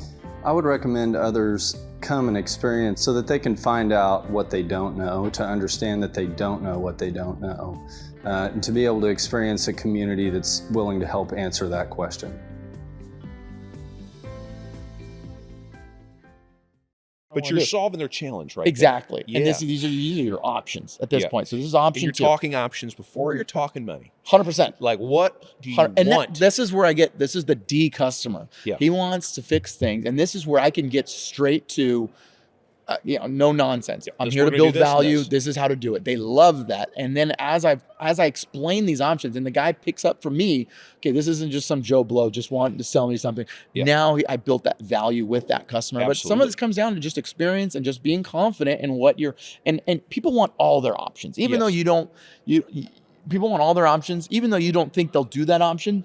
It means a lot to them to explain that option. They're learning. Exactly. And I think when you educate someone, again, the confidence in the person I'm buying from goes up. Exactly. Exactly. Okay. So you're walking us through the house, right? We've explained this situation. So, we upstairs kind of explaining that. Yeah. Okay. Yeah. What's the next step? So you've educated me. Okay. Well, maybe, I do. That sounds good. I want the zone system. If you say anything's possible, and I don't care what it costs, because I'm so sick of sleeping and being hot. Right. But anyway, so we're talking about this. Then what's next? I guess you go through all the rooms, you go through all the returns. What? Yes. Yeah. At this point, I will get in the crawl space. Okay. I will. So I've looked at the furnace. I looked at the air conditioner. Sometimes this is a simple matter of the size of the air conditioner, right? You have a 1,800 square foot house and you have a 2.5 ton air conditioner. You really need to look at a bigger one. And then sometimes the guy will say, "Oh, yeah, I'm familiar with that. So people have told me that or whatever." And then I'll go maybe sometimes at that point, I'll break open a very basic ductwork analogy, right? But then I'll always sit down with them and draw it out. Oh, nice. I always sit down with them every single time. I mean, you look at the back of every single one of my comfort surveys, they're just page after page of just like drawings, I mean, it's drawing after drawing on. This is the furnace, all the lines are just going everywhere, right? Yeah. And then the wife will finally sit down and then I'll restart that whole drawing over again, or whatever. Right. So, so I always explain that. I'll explain ductwork just like I did with you, maybe standing up at the furnace or outside by the air conditioner, but I will never miss the step of drawing it out with them, right? Because I can explain it to them. And even if you think they're sinking in what you're saying, you always want to draw it out doing it for a them. second time. Exactly. Maybe they lost you lost them for a minute because they're like, what are we talking? Exactly. I didn't expect this conversation. Exactly. That's exactly right. And then again, you draw can it again. see that a little bit of there. And they're really drawing it. It Never slows it miss down. the drawing. I like Never that. miss the I like drawing. that. Real quick though, I just had this thought before I lose it. When you were looking at the system, the original system, and you're educating about SEER and energy efficiency, are you opening it up and like looking? And you mentioned dust, right? You brought up dust. Yep. That's two of my questions in the beginning. So when you if you open it up, do you look for, so you can have that IAQ conversation, like if the system's gunked up or anything like that, or when do you connect the dust to? We have solutions for dust when you walk. I mean, is that not till later? That's generally not till a little later, Okay. Depending on, once again, the customer, and depending on if they brought up that whole, oh, I have dust. They know if they got dust, they know they'll say it right then and there. But then sometimes they'll run into people that are like, we're just interested in the furnace and everything that way. And they might not make that decision on that duct cleaning or that air cleaner until the very end. Yeah. When they see the price of like, how much is it more to just add the financing in for this? Yes. Sometimes you won't get that till the very end because it's like, It's extra fine. you're only $15 more a month. Yeah. And this is, so when I'm presenting my options there at the end, this is only $15 more a month, and you're gonna be able to, and that's what this thing is gonna do. I asked you in the beginning about dust, boom, boom, boom. That's when you tell. Okay. Very So good. they really, so you gotta get, depending on when they're gonna say that. All right. Didn't mean to veer off. Nope, All right. you're So good. you made your drawings. Made the drawing. Yeah. And then I'll be like, okay, so I'm gonna get down in your crawl space, and hopefully, and depending on the drawing, every job's a little different. Sometimes I'll do that drawing after the crawl space. Sometimes I'll do it before. Wow. But the truth is I generally will do it more after because I want to know what I'm looking at, and then I come up and say, this is what I found. Yes. Right? You're diagnosing it. You're like the expert again. Correct. Yep. So get down in the crawl space, look at the ductwork, see if I can work it, get in the attic, see what I'm working with that way. Sometimes I just simply have bad news. I just simply tell people, I really can't increase your ductwork. There's just no room down there to do it. The truth is if I put a 3-ton system on this house, and sometimes they've had quotes where people just said, just put this larger system on there. Yeah. And I've had to tell them, I'm telling you right now that if somebody comes here and says, just go with a bigger system, you will be dealing with issues over the next 5 to 10. Wow. It's going to happen. Yeah. Because there's Superman no then. way that you're going to be able to push as hard as you can through that coffee straw. It simply isn't going to happen. Yeah. And if somebody's telling you here, then they're just simply trying to make a quick buck off of you, Yeah. and then they're going to run away. Yeah. That's just the reality of this world that we're living in. And Yes. so you have to distinguish yourself in that way. Right. Right? And so what was I saying? So get in the crawl space, get in the Came out, attic, you're do the drawing, go back upstairs after I've kind of determined, okay, what truly is options for the customer. Sometimes it really is just a matter of, if you want that room to be cold, and if you really want that room to be cold, best way to do it, and what the 100% guaranteed for sure way to do it is going to be a mini split. Okay. So that's kind of like the fourth option, right? Yeah. So you're going to be right there, right? But I try to get that zoning option because that's a good value. Yeah. And once again, I explained to you kind of worst case scenario. Yeah. Sometimes I'll go to a house where it's in the garage and they have a main line that's feeding downstairs, and they have a line that's coming off the side of the furnace feeding to the upstairs. I can damper that, zone it, go about it that way. Yeah. We're Yeah. doing great. Okay. Yeah. So you've made these drawings. You were crawl space, making the drawings. What is the next step of your presentation? Is it reconnecting with who we are as a company? Hey, I know what we're looking like. What do you do? Yeah, no. So next step is I'm doing the load calculation. Okay, you're doing so the load. yeah. So after I've done the drawing, I've done a lot of the building valve. Okay, cool. So now what I want to do is I just want to make sure that see what size system we can get on here. Because once again, we want to try and get 20 to 25 years out of this system. I like that and you mentioned that constantly. I constantly mention that. Yeah. Constantly mention that. So paper or you have an Paper. app? I'm all paper. I tell them, my boss will tell me, Cord hates change. I do. I really kind of do. I want paper. I forever will have paper in my hand because I just, you need apps, you got to charge this stupid thing. And sometimes the internet's not connecting. And then sometimes you're froze or whatever. So much crap happens with that. I'm just like, I hate it. There's so many little things. Pen and paper always is going to work. Exactly. You know, I mean, that's what they did on the freaking space shuttle. You know, they were freaking out because they couldn't make a pen work. Yeah. And they were like, just get a pencil. Yeah. That's a real story, actually. Yeah. Anyways, pen and paper or pencil or whatever.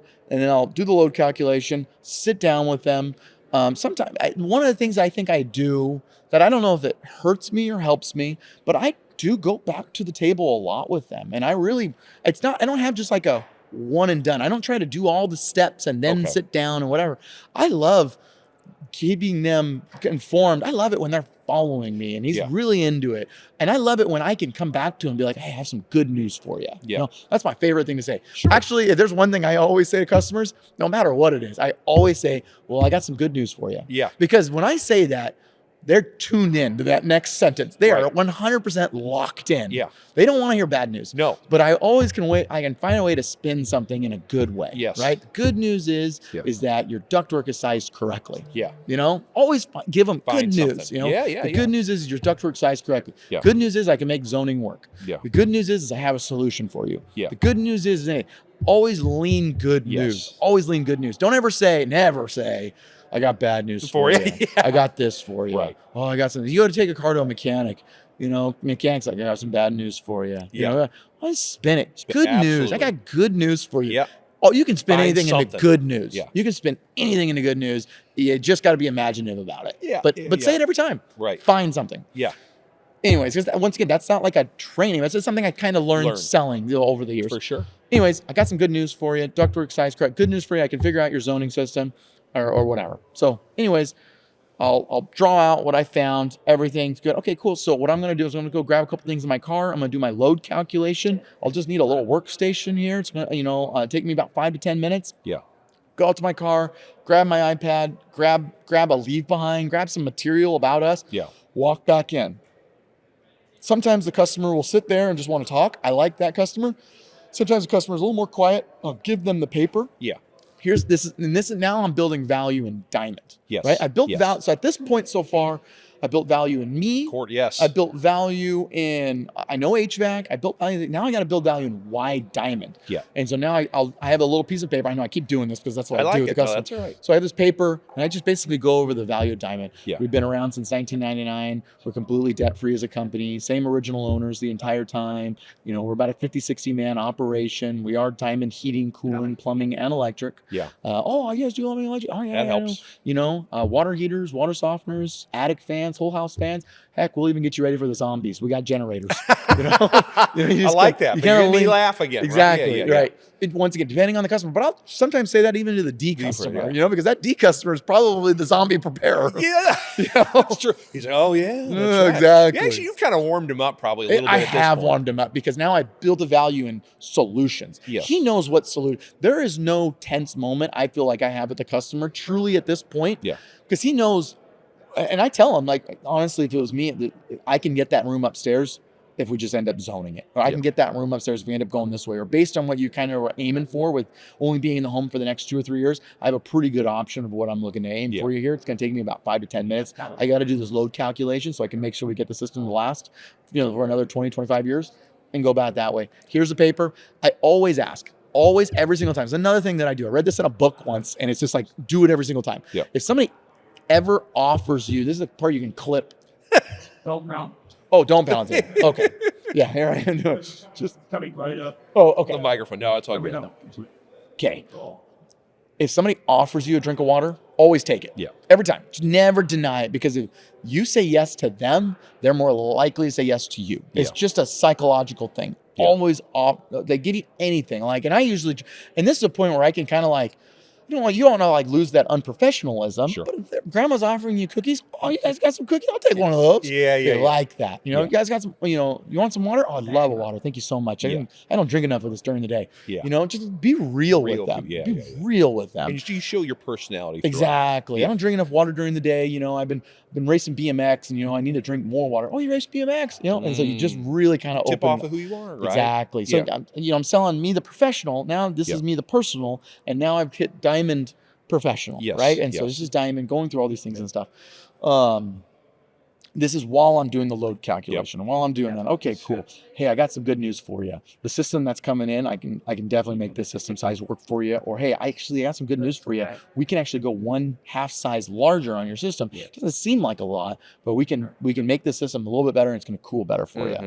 And I know I'm going to be able to be exactly where your budget was aiming for, right? If they ended up going with the financing of that 75 to 100 or whatever that way. Yeah. Okay, so now I'm building the options, right? Yes. So now I'm building the options. Writing these out, or is iPad? No, this I do on a computer. Okay. This I actually do. A computer or an iPad? iPad? Okay, excuse me. This I'm actually doing on an iPad. So I'm transitioned from paper now to this because it is.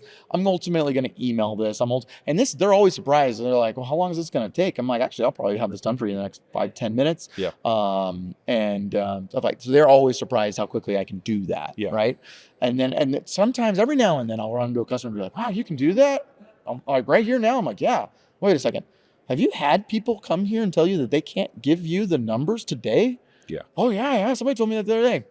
You know why they do that, right? Well, it's because they know statistically that they are more likely to close you if they are the last person to talk to you.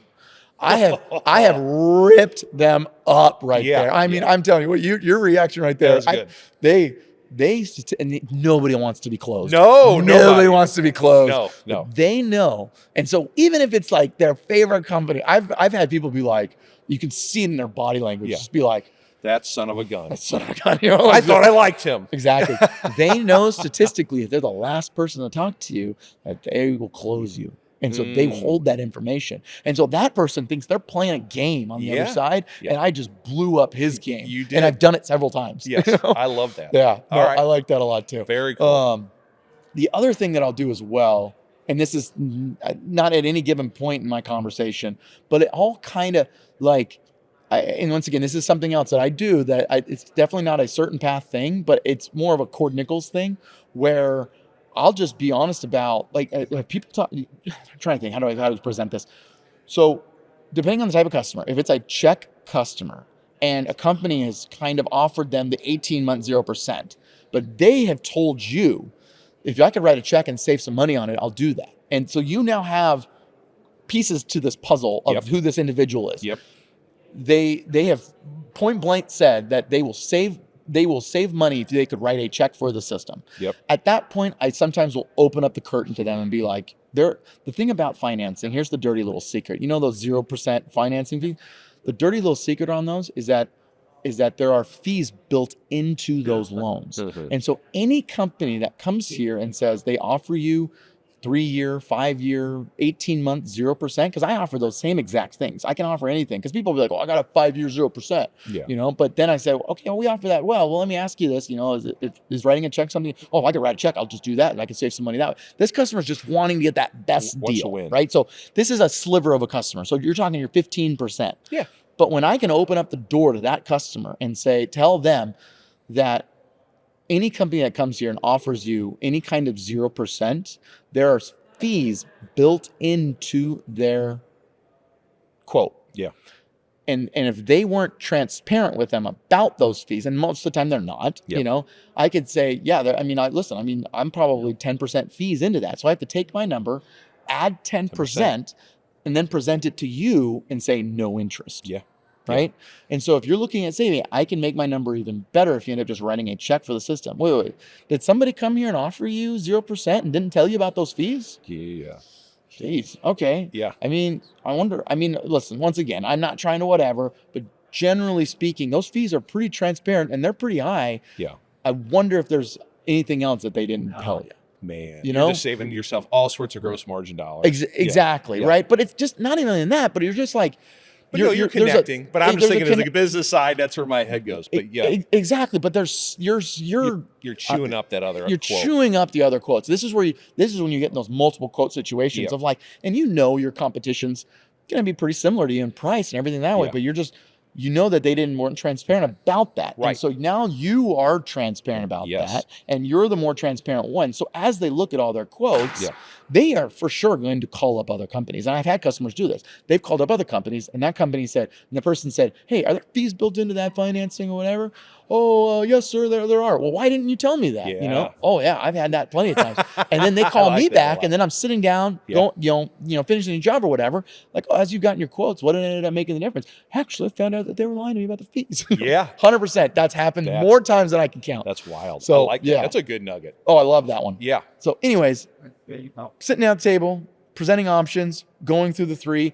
At this point, I'll pull the paper back out, and now I'm explaining, single stage, 2-stage, inverter system. You're educating them again because you already talked about it in the home. Yeah. Well, I've talked to them maybe about ductwork. I've probably talked to them about their ductwork. I've talked to them about sizing. I've talked to them about all kinds of things. And you have to understand, at this point, I'm an hour and change into this job. Yeah. Right? I'm an hour and some change into this because I've been in the attic. I've been in the crawl space. I've gone through all around it. I try to stretch these out as long as I can, right? But I do go back and forth from the table always with, different things. And a lot of times they like that. Sometimes I run into somebody that doesn't, and I've realized like, okay, I've got to try and focus right here. But a lot of times you hit them for a good 10 minutes of some solid education, and then they have a chance to go back to their spouse, talk to them about it, and then come back. Right? So you have those moments too. Sure. Okay, so I presented them. Now I've got 3 to 4 options that I'm going to present to them right here. Yeah. And then I'll name them, basic option, long-term option, premium option, the best. I had one I named last week, dough, 6-point buck, 10-point buck, 14-point buck. Because the guy loves exactly. We talked about that, right? And so he just picked the not the highest one, but he picked the second one, right? You can kind of relate it to a little bit now. Absolutely. That's something new I just recently started doing. I like a new sales rep came in and told me that. I was like, I'm going to do that. And Heck yeah. I've never been trying to changing that a little bit. Yeah. That's fun. But you're making it fun. Oh, I try to make it fun. Try to make it because it's awkward for 100%. People don't want to spend money, or anything like that.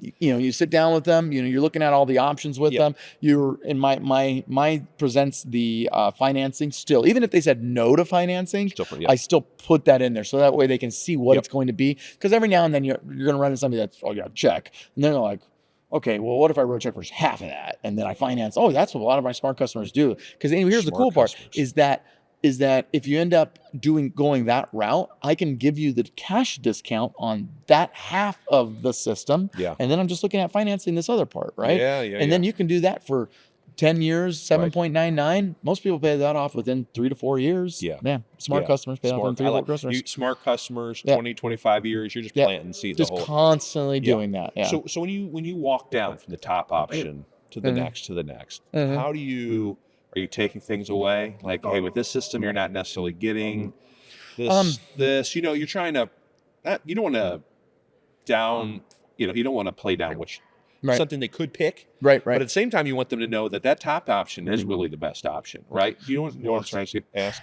Yeah, this is where I'm probably not as good. I'll just be completely blunt with you. I'm probably not as good as far as that right there. As far as some other people will be. I work with another sales rep that just came on. He's a phenomenal at that. And I just recently asked him, hey, I want to start following you to see how you're getting them to do that more higher end option more often than I am. So I don't want to sit here and pretend like I do that option all the time, because the truth is I don't. So how do you frame that? How do you frame each option? Do you like, at that point, do you talk about the top one, quiet, let them think about it, or you just go through all of them, educate them, and then be quiet? I generally, how I've done it previous in the past, once again, types the system that they're looking to aim for, right? And so sometimes that top option is the only option because of the way that I'm going to zone this house. And so I tell people, this option right here is your best option for these reasons, right? So you really try to build value into what they were aiming for from a comfort standpoint or from a longevity standpoint. So you told me in the beginning that you wanted your upstairs to be comfortable, and we wanted to zone it, and that you quietness, or you wanted this system right here is the only system that I can say that when your upstairs says it wants cold air, this system right here is going to turn on at 30%, 25%, 40%, and it's going to be able to cool that to the precise amount that you want it to. This option right here does do that, but it's not. It's a little bit more rigid. You know, it's a little bit more not as efficient. I mean, the truth is I'm not going to lie to you, Mr. Customer. You can do this option. It's not going to be what you're aiming for when you had said in the beginning, this is what I'm shooting for, right? Yeah. And then there's this option right here. It doesn't have zoning. This is going to be very like for what you currently have. I'm very confident that you can get another 20 to 25 years. But the truth is the same problems that you've been dealing with, and that's probably how I use the value. The same problems that you've been dealing with is going to be present in this option right here, right? And that's kind of how I'll pick on the worst option the best, right? And then I work down from there. But there are times where I'll show them 4 options, but most of my emphasis is that top option, because that is the option. You know what it is a little bit too, and this is bad. What I'm about to say is a point against me, not for me. Okay. Is the conviction that I have sometimes is what they do. Sure. Right? And so I know that like I sell those higher end options because my conviction is there for them. Wait, right? Because it's like you talked about how to solve their problem. Exactly. And I know that this is going to do it. I know this is going to do it. You do exactly what I asked you. You just down talk to yourself. You do exactly what I well, it's but like, you know what I'm not good at though, is I'm not good at selling the higher end option to a customer that probably would do it, but they don't need it, you know? Okay. But like I am making that decision. This is what I've been told. I'm making that decision for them, right? That's fair. And so I'm not good at pretending. Yes. I can't just, grandma, you know, this system right here, you really should get, because, you know, it's going to be so much more comfortable for you and all these things. And I'm just like, once again, not to whatever. And I've had disagreements a little bit with some people, but like, the top option is not always the best option, if I'm being completely honest with myself. And so I have to really gauge that. That's fair. But I can do that middle option for the grandma and be like, this is going to be so much more comfortable for you as far as that 2-stage aspect of even keeling the heat inside your home. Your power bills are going to go down. Your monthly payments, I'm going to be able to keep it right in there. Because the truth is if I sold them that top end option, their monthly is going to, the financing for that's going to go up, but it's not going to bring their 9,000 1,000 square foot little townhome. I'm not going to drastically drop their power bill with that. It just simply isn't going to happen. You know, she wants reliability. She just wants a system. She wants to be happy. And so a lot of times if I can get that middle one, but then like I was telling you, sometimes I can get that highest one. It's just about my emphasis in explaining it. How much does the person's personality profile dictate how you frame each option? Like, you know, if it's, say, a C personality that nerds out about efficiency, and will you hit on that stuff? And like, that's a numbers detail guy, or like the grandma S person, or you just know that they just want comfort and they want security. And so you frame each option with, this is going to make you the most comfortable. This is the most, or someone that's super cost conscious, they freaked out. And you really will hammer them instead on Financing. Yeah. No out-of-pocket financing. That's if it's somebody that's cost conscious, you gotta say no out-of-pocket. So that frames that you frame based on those people. Correct. So Yeah. No out of pocket. I'll probably say no out of pocket with that financing, with that person that's stressed a good 30 times. Yeah. That's something I haven't done in this presentation, but no out of pocket. No out of pocket. We can do this for no out of pocket. Yeah. You know, and I'm going to be right in that $150 to $200 range. Most times, There's no prepayment penalties. You can pay this off as quickly as you'd like. Yeah. There's for anything like that. But the D person, so your question was, how much do I get into like the engineering side of things? That's for the C personality. See, and I don't get into engineering. Really. But the guy that brings it up, I'm sure there's some guys. There are some. It's not a lot. It's not a lot. Yeah. You that type of customer is. That's probably my weaker customer that I'm with, depending on, right? Because you get the D person. Is sometimes they're a D, but they're not an engineer. But then you get the engineer he's a really nice guy and he genuinely is interested in stuff like that. Yeah. And so a high DC isn't all that common. Yeah. And so you get that customer That's more of the engineer type. That's probably my weakest customer for me, if I'm being completely honest. You got pretty detailed in how you could solve that issue. I can, and I definitely sold those kind of individuals and stuff like that. But when we start getting into the technical things, I purposely, I hate to say this, but like purposely, I have kind of pulled myself away from knowing a lot of that, because I sell with another guy, love him to death, but even he'll acknowledge he gets into that too easily. People don't. He gets into that too easily, and he loses sales, right? Because he just does that, right? And so you have that bend, like you have that. Yeah, no, that makes sense. All right, so you present the price, present the options. Boy, I don't know. Cord's a lot of money. Hey, I got these other bids too. Like maybe you knew you had the bids, or maybe they surprised you and played dumb until this point. Yeah. How do you address if someone starts, other bids that are there and stuff like that? Yeah, we have to look at them, or how do you handle it? Yeah, I love looking at them. I can look at them every time. That's what I'll do, because then I can look at their quote and really break down line item by line item what they're doing and everything that way, right? And so I can really look at their bid and, oh wow, this is York system, or 10-year parts, 1-year labor, or hey, they're not pulling permit or something along those lines. I'll do that. And there are some jobs I will look at and I'll just be like, I'll be honest with you, I ain't going to be able to touch that number. I'm not going to be able to do that. And we do have a price match guarantee within reason, right? So if it's a company that's comparable size to us, review-wise to us, and everything's basically apples to apples, and we will price match that. And that's kind of a last second. Like, I don't like to. I never start with that. Ever start with that. But I will present that and be like, actually, I have some pretty good news for you. Hold on a second. Let me go out to my car. They'll sit at the table, come back to my car. I can price match that for you and beat it by $100, right? So that's a way that you can kind of do that. So that's a last ditch. That's a last ditch, and that's if it's a comparable company, it's comparable size and comparable everything. Will you make a call to the office? I'm not to price talk about matching. That, or? I will talk to my boss real quick. Sometimes he's not available immediately, but he has given me enough leeway to do that. And I've also been he knows that, hey man, numbers on this job is probably going to come in less than my commission normally is, right? And so I have to take it for the team on that side, right? So there's that. Sometimes I'll go to a house and just be like, the truth is that, when you're looking to buy a car, we both know you can get a Toyota to go 300,000 miles. And none of us bat an eye when you pay that more for that Toyota. My Kia is a great little car. I'm only going to get 150,000 miles out of it. And you're going to pay a little less for that. I guess when I'm asking you, I don't like using Mr. Customer because I just don't think that's realistic. Jeff, as I've been talking to you and stuff, what exactly are you aiming for? Are you looking to buy the Kia, or are you looking to buy the Toyota? And I'll use that. I like that phraseology quite a bit. Let me add, what exactly, and kind of bring them back to the beginning. What exactly are you looking for? Because this is what you're looking for. Because effectively what we're having to do here, and I like this, I learned this from the trainer here, is it's not like, I used the car analogy with you just now, Jeff, but it's not even quite like that.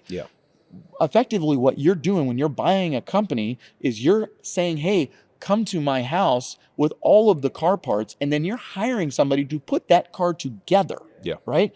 We are putting together the Toyota. The other company is putting together the Kia, right? And so you're paying for that because it's coming in parts to your home, and we have to put this thing together, right? So when you look at it from that perspective, and the truth is if you're wanting, we both know I always say it just like this, we both bought things that were for cheap and it didn't work out as good as we were aiming for, right? So if you're looking for that company that can do that, and don't get me wrong, I can help. I can work a little bit on my number as well, if that's what it takes to earn your business. You have to give them a little bit. You can't just build the wall of China up right then and there. I can work with my number just a little bit. But I'd love to earn your business. Is that kind of what you're aiming for here? Right. And if the customer says yes, then it's like, okay, now I know that I can earn his business, that I can get it with my number. He wants to see a little, and generally I can just round down. It's always a round down. So let's say my number's 15,426. Let me ask you this. If I can make that number just a 15,000 even, Yeah. You know, and I'm not taking anything off the table here. Not taking anything off. We're still building you the Toyota in your garage, same warranties, same everything. Obviously, I'm to be honest with you, Jeff, I can't come down to that $12,000 number. I just simply can't. Yeah. It's just not the business model that we currently have. Yeah. But I think we're going to be in business over the next 25 years, and they won't be. But if I'm leveling with you, if I can take that 15,000 to just a straight 15 even, people like zero, people like even numbers. Yes. I've noticed. Yes. And if I can do it to there, can we earn your business? Yeah. You know, you said in the beginning, I can earn your business. Can I earn your business if I do that? Yeah. And then after you see how I preambled it, preamble the whole thing to the end. Yeah. And then you acknowledge that that's lower, that you can't get there, but you're willing to get there just a little bit. Right. And you're willing to be everything the same, but the value's all been built and everything that way. And then next thing you know, you're like, those would be like, yeah, let's go ahead and let's do it. Do you talk about your install team too? Because we're putting this together. Yes. We're putting this together. Well, the people putting it together is you and the team. So one of the things that, you know, I don't like give that paper. You know, I talk about the values of Diamond and everything that way. We've been around since 1999, completely debt-free, you know, same original owners the entire time, yada, yada. You know, one of the things that's kind of unique about Diamond is that we don't have new construction installers. We only do retrofit jobs. And so we won't be sending our guys that are retrofit guys. And because a lot of times people don't realize the dynamics of HVAC, They right? have no idea. So they just think, one guy can basically do everything, right? The technician and the installer, that's the same thing, basically. It's not, right? But even within install, there's new construction, there's retrofit. Yep. Our guys get paid, a lot of new construction guys get paid on how quickly they get the job done. Our guys get paid on, do we have to come back? See, there was a massive just value that I just built, right? Huge. You know, our guys get paid on, do we have to come back? People don't like us coming back. No. And so, yes, that I could probably expand on that more, but That's I good. hit that point every time when I'm explaining why diamonds. Got it. We are a retrofit company. I love that. When you are the first bid, and it's someone, I am going to get 5 bids. Yeah. Of course, that's just going to happen. Yeah. And they say, boy, this sounds good, but I still want to get other bids. Yeah. No. How do you handle that? I lean into it. I mean, the truth is I'm not the best hard closer in that way because it's not something I would do, right? Right. I just lean into it and say, you know, honestly, that's not actually the worst thing ever. Dave Ramsey says to do that and stuff like that. Yeah. I will at this point sometimes say, Jay, we do have a price match guarantee. So that's a bullet that I will use. The multiple bids being the first of multiple bids is a hard one. Yes. That's a tough one to overcome. You just have to really, if I don't hear back from you, when should I follow up with you? That was my Gotta next obviously question. ask that question.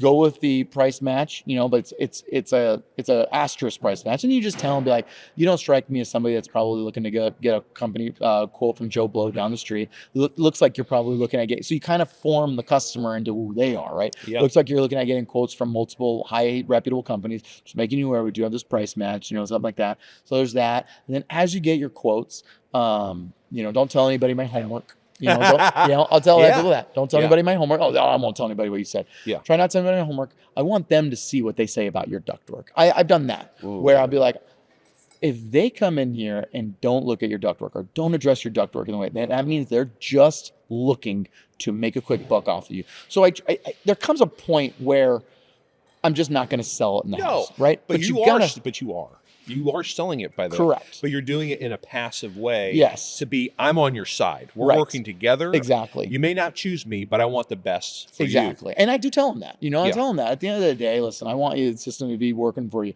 as good as it can for you and stuff like that. But, you know, if they come in here and don't look at your ductwork, that 14-inch line is not going to work with that size system. It simply isn't. Now, I can sell that to you. Don't get me wrong. My number can be lower. I can 100%. And usually customers will be like, no, I don't think I want to do that anyways. Yeah.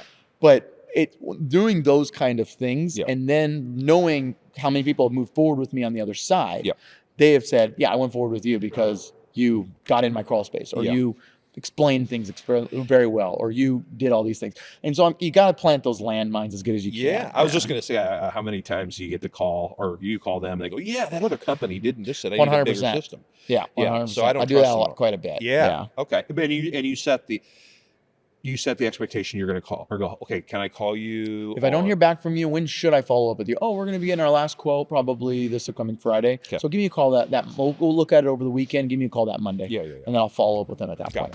Hey, let's be honest. If you're listening or watching to the successful contractor, you're looking how to get better. More revenue, more profit, more time, a happier team. You're a self-starter, an avid learner, all great things, but you can only learn so much from a podcast. That's why you need a coach, a system, some accountability, a network of 1,200 contractors, industry-leading training, all of that and more. You need CertainPath. At CertainPath, we offer a free discovery call with a CertainPath coach. It's real one-on-one conversations with someone who can help you get clarity, get focused, and start making real progress. At CertainPath, since 1998, we've helped thousands of service business owners in HVAC, plumbing, electrical, roofing build companies that run on systems, not stress. Businesses that grow fast and profitably, but also protect their time, their team, and their values.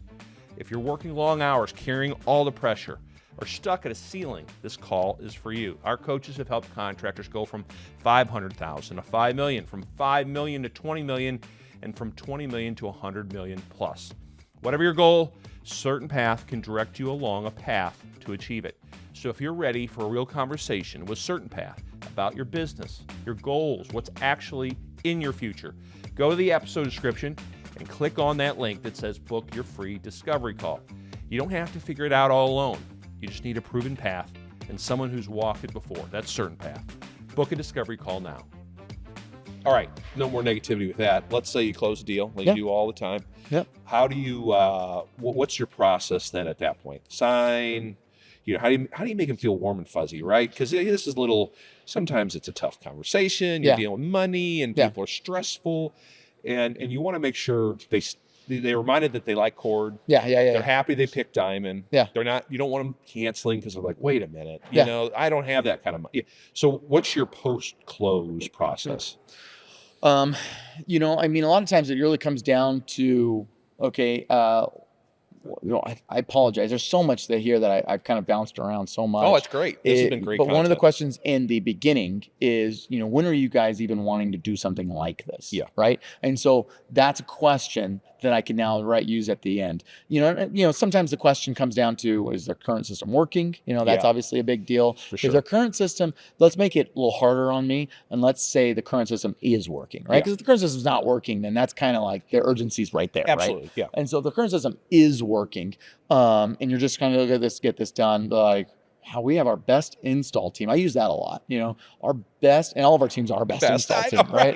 But we have our best install team this upcoming Monday. You guys would be the first one of the week. We'd be here between 8 and 9 in the morning. And it just always happens that first point. Exactly. Which helps the company huge. Absolutely. I mean, we have a training this week about call capacity and how to make sure they have the board full of installs. Yes. That helps. What you're doing there helps a ton. This upcoming Monday, we have our best install team available. All the parts are in-house, actually, so we can 100% knock this out for you. And we can do it. Here's the best part. One day. One day. People like that. One day. You can be here one day in and out. You can be here one day. With that install team, we can. So something along those lines. Build that value. With that install team, we can. I don't run.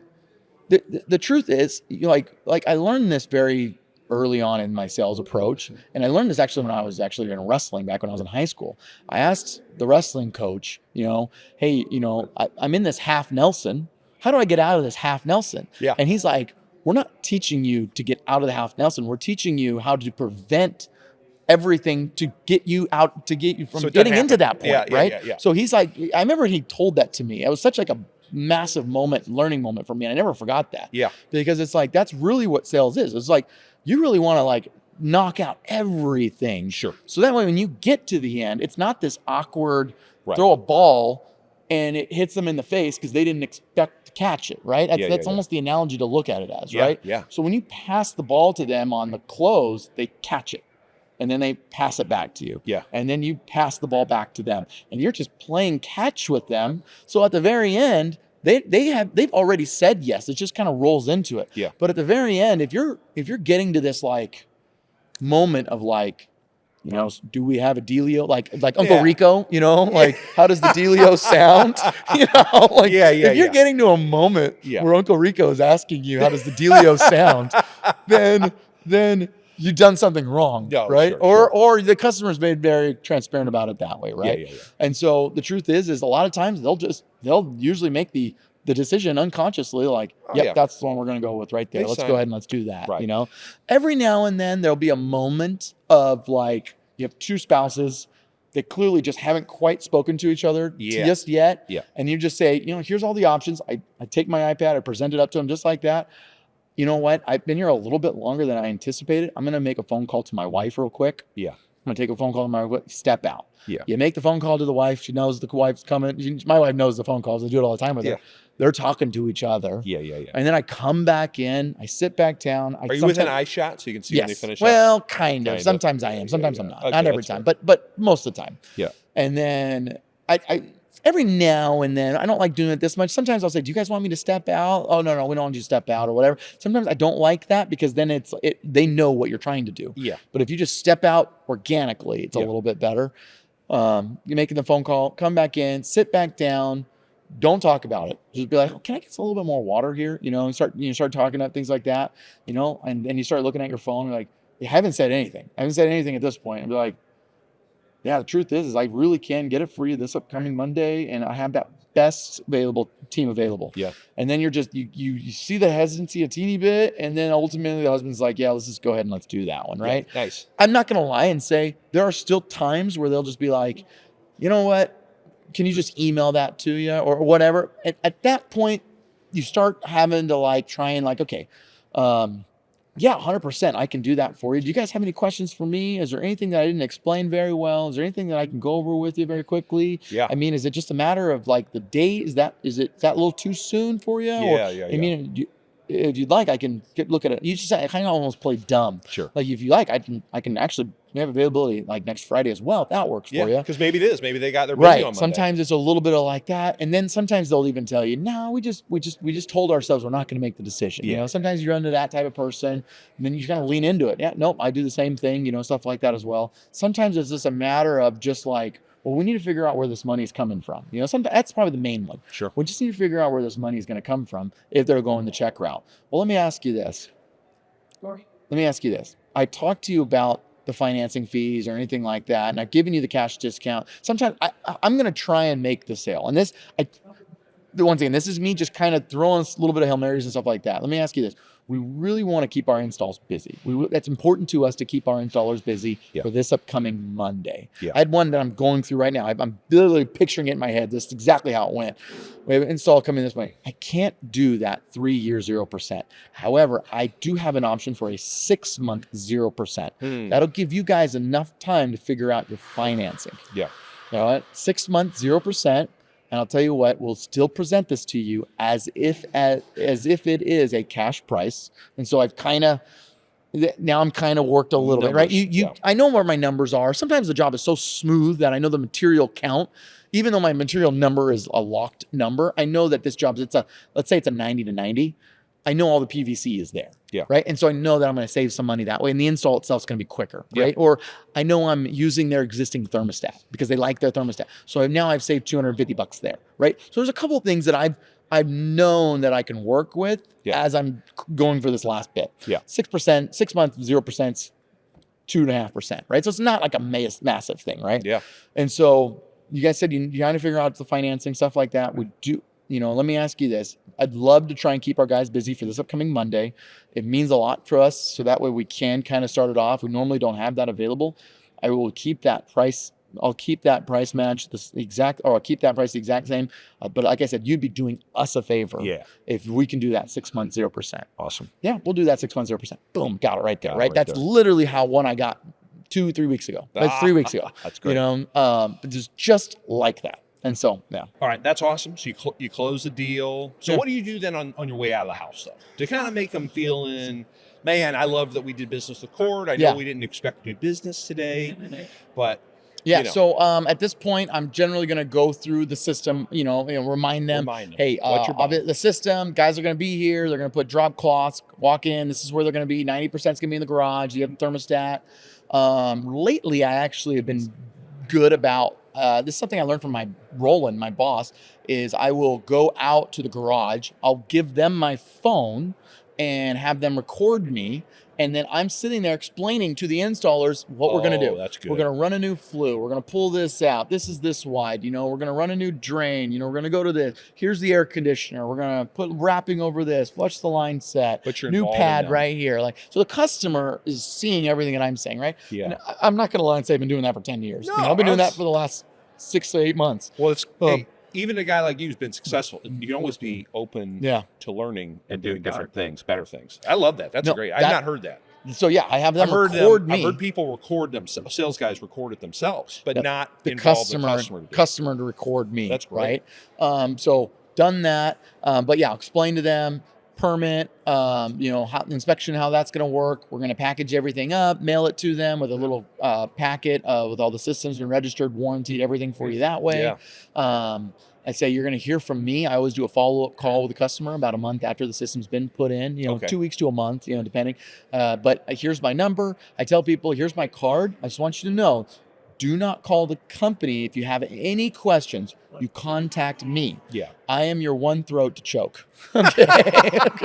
So if there is something wrong, Yeah. you call me Yeah. and I will figure out who needs to go fix it for you. Yeah. So you don't have to call our number, figure out what's going on, whatever. Just contact me. I love it. And that does that, right? People love that. Yes. And I learned that from a customer a couple of years ago. Guy said, "So you're my one throat to choke, huh?" You're like, And I'm I was stealing like, that, buddy. That's mine. I'm the one throat to choke. Something goes sideways. It's Cord's fault. I'm your one throat to choke. But you get him to smile again. Exactly. I like that. I like that a lot too. You've been, you've had a long track record of success, Yeah. right? And just a minute ago, you explained, I just learned this 6 months ago. Yeah. I'm going to take this. Yeah. Why are you so passionate about learning and getting better, even at this stage of your career? Like, why is that something you're passionate about doing? Getting better, enhancing yourself. The customer's evolving. Mhm. The customer themselves are evolving, and you really have to work within that framework. I mean, and the truth is it's tougher to sell now than it was a couple of years ago. Yeah. I mean, it was easy to sell in 2021, 2022. We had a lot more people walking across that stage at that time. There's Yeah. not quite as many. And you kind of have to evolve with that type of individual. Yeah. Prices are getting higher. Customers are expecting a number of 10 to 12,000 and even lower than that sometimes. And you're showing up 15. Yeah. So you've got to that's what they're expecting. And you got to give them that much higher of a thing. And it's a transition I've had to consciously make to be like, I gotta evolve here. And I'm not going to, once again, pretend like 10 years, I've always been this guy that's just every morning reading a book. That's just not the case. Yeah. But there is a humility side that comes to man, I'm just not doing as good. Things aren't happening quite as easy as they used to. Yeah. And you just kind of have to, it's who moved the cheese. Yeah. You're going to wake up one morning and that cheese is going to be gone. Yeah. And you got to go somewhere else. Yeah. And I say this as somebody that absolutely hates change. My boss, Roland, will tell you the first one, Cord hates change because I don't like it. Yeah. But I also recognize that that's necessary. just the world we live in. Yeah. And you have to do that. And so if I can sharpen my sword a little bit more, then at the end of the day, I have to. Yeah. So You mentioned earlier you had that one little, spot where you couldn't close anything. yeah, it was just a couple months ago. Right. Where it was just like, what is going on here? So what do you do? How do you get out of that? I mean, then you Get off close social 911. media. That's number one. I'll delete it. Is that right? I mean, I delete it. I mean, disorient. What's the word I'm looking for? I can't remember. Where you just deactivate. That's the word. deactivate. I'll deactivate it. Social media is number one. Really? Number one. Get off of social media. I'm a person of faith. Yeah. So I'll really dig into, my prayer, things like that. And sometimes it's just a matter of okay. Yeah, just kind of refocus, reconnect. Where am I? What am I doing wrong? What did I do before? Am I missing steps? Where am I? And you just slow down. Just slow down. You can never slow down too much, Yeah, right? But you yep. can speed up very easily. But you can Sure. never really slow down in a lot of ways. Yeah. And so it's just okay. And you slow down. And then sometimes it comes to a realization of okay, I mean, not to whatever. I mean, things are, you can't live in a time where things just aren't as good as they used to be. I'm not going to live like that, right? I know people, and even my own company, I'm just not going to lie. I'd be lying to you right now if I said it's the best it's ever been. Yeah. Because it's not, things change, right? Yes. And we're working through all these kind of things because that's just how they are, Yes. right? for instance, Rick and Stone aren't in the day-to-day as much as they used to be, Yeah. right? And I think that's awesome for them. And I totally give kudos to them. In Yes. fact, I want to be them That one will, day. yeah, yes, You yes, know, yes. but they're not in the day-to-day as much anymore, Yeah. right? And so to pretend as if things are better without them there, it's just not the case, Yeah. right? And so, where am I going with that? You have to kind of realize and let sink in, okay, things aren't as good, but things are still great. Count your many blessings, name them one by one, and basically just kind of man up. Yeah. You know, you just kind of have to just like, you can pity you all you want, but at the end of the day, you got to kind of man up. Yeah. You've obviously been there a long time. You've seen new salespeople come in, young salespeople. What advice do you typically give them that you would have been giving yourself, a young Cord? You still are young, but even younger Cord, that would have helped expedite this process to get to where you are today? Oh, that's a good question. That's such a good question. You want to learn a lot. You want to learn HVAC, like really dive in. Don't worry about making the sale as quickly as you can or whatever. Don't worry about all that stuff. That will happen. That will come. Really learn the language. Going back to what I said, this is a whole new language. And when you put it in that frame of mind of like, imagine you're learning Mandarin. You're not going to learn that in 2 weeks, 3 weeks, or even 2 months. You're going to learn that over the course of a year, 2 years. I know missionaries that have done it for 2 years and still don't even have all the words down. Yeah. You have to be patient with yourself, but you really have to truly, how do I say this? Think of this year as like school. Yeah. Think of it as almost like school. You don't get paid to go to school. Yeah. But you are effectively getting paid. You're getting paid a little bit because you're obviously going to make sales during that time. But think of it as school. Yeah. And that's how I thought about it. But maybe I didn't think about it as much as I should have. Yeah. But this is school. Some kids go to school for 4 years. Some kids go to school for 12 years or whatever, and don't make the money even that I make now. Yeah. You know, and if you look at it as a school, then you're going to be just fine. That's right. What's it like? You've been to a number of these events, CertainPath events. What's it like being here, talking to great salespeople across the country? You know, how valuable is that? What kind of experience is it? You know, I mean, it's exciting. Yeah. It's intimidating too, because you're just like, you guys sold 8 million? Yeah. Like, what? Yeah. How do you do that? You know, Right. you're just like, Yeah. there's always another level There of is. just like, wow, that's amazing that you did that, you know? Or it really is more exciting. Cool. That it's the exciting / intimidating. I don't know if there's a word for that. Yeah. But I know that everybody here is just like myself. Yes. You know, they probably feel the same way. They probably look at me and be like, that guy's done it for 7 years. How do you do that? You know? Yes. And I don't see that as a massive accomplishment. Oh, I just that's see it as pretty just, I was waking up every morning. I just got to do it. You know, Yeah. I mean, you just got to man up. You just got to like realize, I'm taking off these next 3 months of summer. You know, it's not happening. Yeah. You know, but on the other side, it always happens. It you always know? happens. So that'd probably be just exciting to know that Sure. it's possible that things can be done a different way. Last question. When you think about, you told me your story earlier. You're moving to Idaho. You take this job, industry you don't know. Yeah. I got to do it. I want to have a family. Yeah. And then you look at where you are now, you know, and the success you've had. Like what comes to mind? I mean, is how proud of you of what you've been able to accomplish, and stability and success at that level consistently. Yeah. It's remarkable. So what do you think about that? You know, I mean, it's just humbled, you know, in a lot of ways. You're going to make me cry a little bit. Like my wife and I, we just paid off a mortgage. Oh, wow. You know, I mean, that was a goal for ours. You know, it's like, I want to spend the time with my kids as they get older. Yeah. You know, I want to do those things, you know, and I know that if I want to spend the years of my children, the age of that 10 to 18, that real influence time that I can give them, well, I got to make the sacrifice now. Yeah. You know, I can't be at that point being like, man, I never get to spend time with my kids. Well, you make decisions now, it's going to affect you later. Yeah. You know? And so that's kind of the way I'm looking at it, in a lot of ways. And we've hit our goals that we're aiming for. Yeah. And we have a couple more, but that was a big one for us this year, was to do that. And we did it. And, the question was, No, it's just when you look back at where you are to where you are today, What comes to mind? Well, how neat is it? I'm so glad I didn't give up. Yeah. You know, I'm so glad because there was tons of times. I'm so glad I didn't ever change. Yeah. I'm so glad I didn't give up. I'm so glad that my wife is so just like, she's not one of those people that is like, I need to make a lot of money or she needs a lot of money to be happy or anything like that. She's never been that way. It's very easy to be married to her because of that. Yeah.